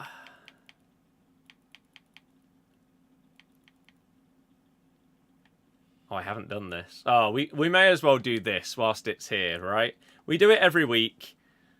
Let's do the Prem TOTS upgrade and see if we can get anyone, because we'll potentially pack Banzer again in these last few remaining packs. So we'll whack him in there. But yeah, hopefully Champs rewards feel like they're worth it this week, because they haven't really so far. They've not been great. Same with Rivals. Maybe they update and change those going forward. We'll see. Oh, we need to put in one more player. 83. Come on then. Get some stuff out of the storage, which means we can open up those last couple of packs and then give us one guaranteed blue to end things off. Oh, it was EFL. I thought it was Prem. Oh well. We'll probably have to look at doing the Prem one as well then. I guess I just saw English and assumed, oh yeah, Prem, English League. Well, maybe I could get like a Tanaka. That would be insane. Did I just accidentally open up the 87 double? I must have done, right? No. Wow, 84 double, we got 289s. Shows how common that is that I thought I opened a different pack. Pretty good. Of course, Casemiro is a dupe, but the game didn't think so. So let's get rid of him. And now we've got 87, the EFL TOTS, and the 85 double. Let's do the 85. No blue, no purple. 87 and 86. Our 87 times 2 pack gives us no team of the season. We get Courtois and Endler. And then we end on the dream of Tanaka. Outside of that, I don't know who the next best is. Let's see. But hopefully, everyone has enjoyed today's stream. If you have, if you're on YouTube, you can hit the like button, you can subscribe. If you're on Twitch or TikTok and you've enjoyed and you want to see more, then you can follow. And that would be awesome as well. The cheek of it to give me a 90 rated card. Incredible. Looks absolutely terrible. Probably the worst that you can get. Yeah, Borja Signs would have been really good as well. So yeah, there you go. Insane. What will I do in terms of like videos and stuff with the Bundesliga TOTS? Maybe we'll try out like Musiala, Wirtz, Elise. I'm not sure if I'm going to be able to get my hands on that Harry Kane because he's so expensive. Unless after the initial rush of people buying him to use him in champs, if he plummets down after that, maybe we can do a Harry Kane video. Let me very quickly check just before finishing to see whether there's something in the store that we could open. This does get you a loan. There's a world where we could get a loan of Kane. Maybe we'll open up that. That's not awful. 1584 with 3... Oh, I thought they were all guaranteed to be from there. Never mind. That one we've opened before and it's not been great. Okay, let's do this and see if we can get that loan or something great in the pack. Doesn't look like there's anything good in the pack, unfortunately. That is Pajot. Wendy Renard. And any Dangler? No. No. So we'll get rid of them. And what do we get in the loan? Anything great for a vid? Start things off with Borgraf. How tall are you? 5'9". No one is ever using her. Number 2, Svanberg. We've already got him. And number 3, Masuaku. Okay. Something a little bit different. A better card. Did they give him Trickster? You know what? I rate that, considering he actually did one of the only like Trickster flicks that I think I've seen in a real life game. The fact that they give you Trickster but not 5-star skills, though, is sad. I never understand that logic. Why did they not just go hand in hand? Seems a bit stupid. But hey-ho. As I say, we'll probably do Wirtz, Musiala, something along those lines. And we'll see what happens with Harry Kane's price. There's a world where I also try out Harder, the 97 from Bayern Women's, because she looks amazing and is also double 5-star. She looks like an absolute monster. It says a lot about the people on FUTGG, where Harry Kane, who is a 97 rated double 5-star team of the season striker with really nice stats and good play styles, is 88% upvoted. But then Harder, who is a striker that can also play cam, is also double 5-star, also has outrageously good stats, very, very good roles as well. Oh, can also play right mid. Really nice play styles as well. Yet she's only 77% upvoted. She costs 2.7 compared to, what was it? 6.5 mil? People just hate the women on this game, it seems. But yeah, there's a world where I try her out because that card looks like an absolute joke. So, we'll see. We'll see. But I'm undecided as of this moment in time. I'm going to go and play some golf, try and cool the room down a bit as well, because it is nearly 30 degrees in here. Would you believe it? There you go, 29.7. So there you go. Pretty warm. And get some food. So hopefully you guys have a lovely evening. Good luck for the football. Hopefully people enjoy the playoff game today. Sunderland and Cov. Hopefully you have good luck in champs. Hopefully you have good luck in packs as well. And I will try and bring some content to you over this weekend. Thank you very, very much, everybody, for watching. Hopefully you enjoyed it. And hopefully your pack luck is a bit better than mine. Thank you so much for all of the love, support, generosity, and everyone that has been here today. Whether you've just watched, whether you've liked, commented, subscribed, followed, gifted subs like Olan, the absolute generous beast. I appreciate every single one of you. Thank you so much for being part of the stream today. I will see you again very, very soon. Good night, everybody. Goodbye.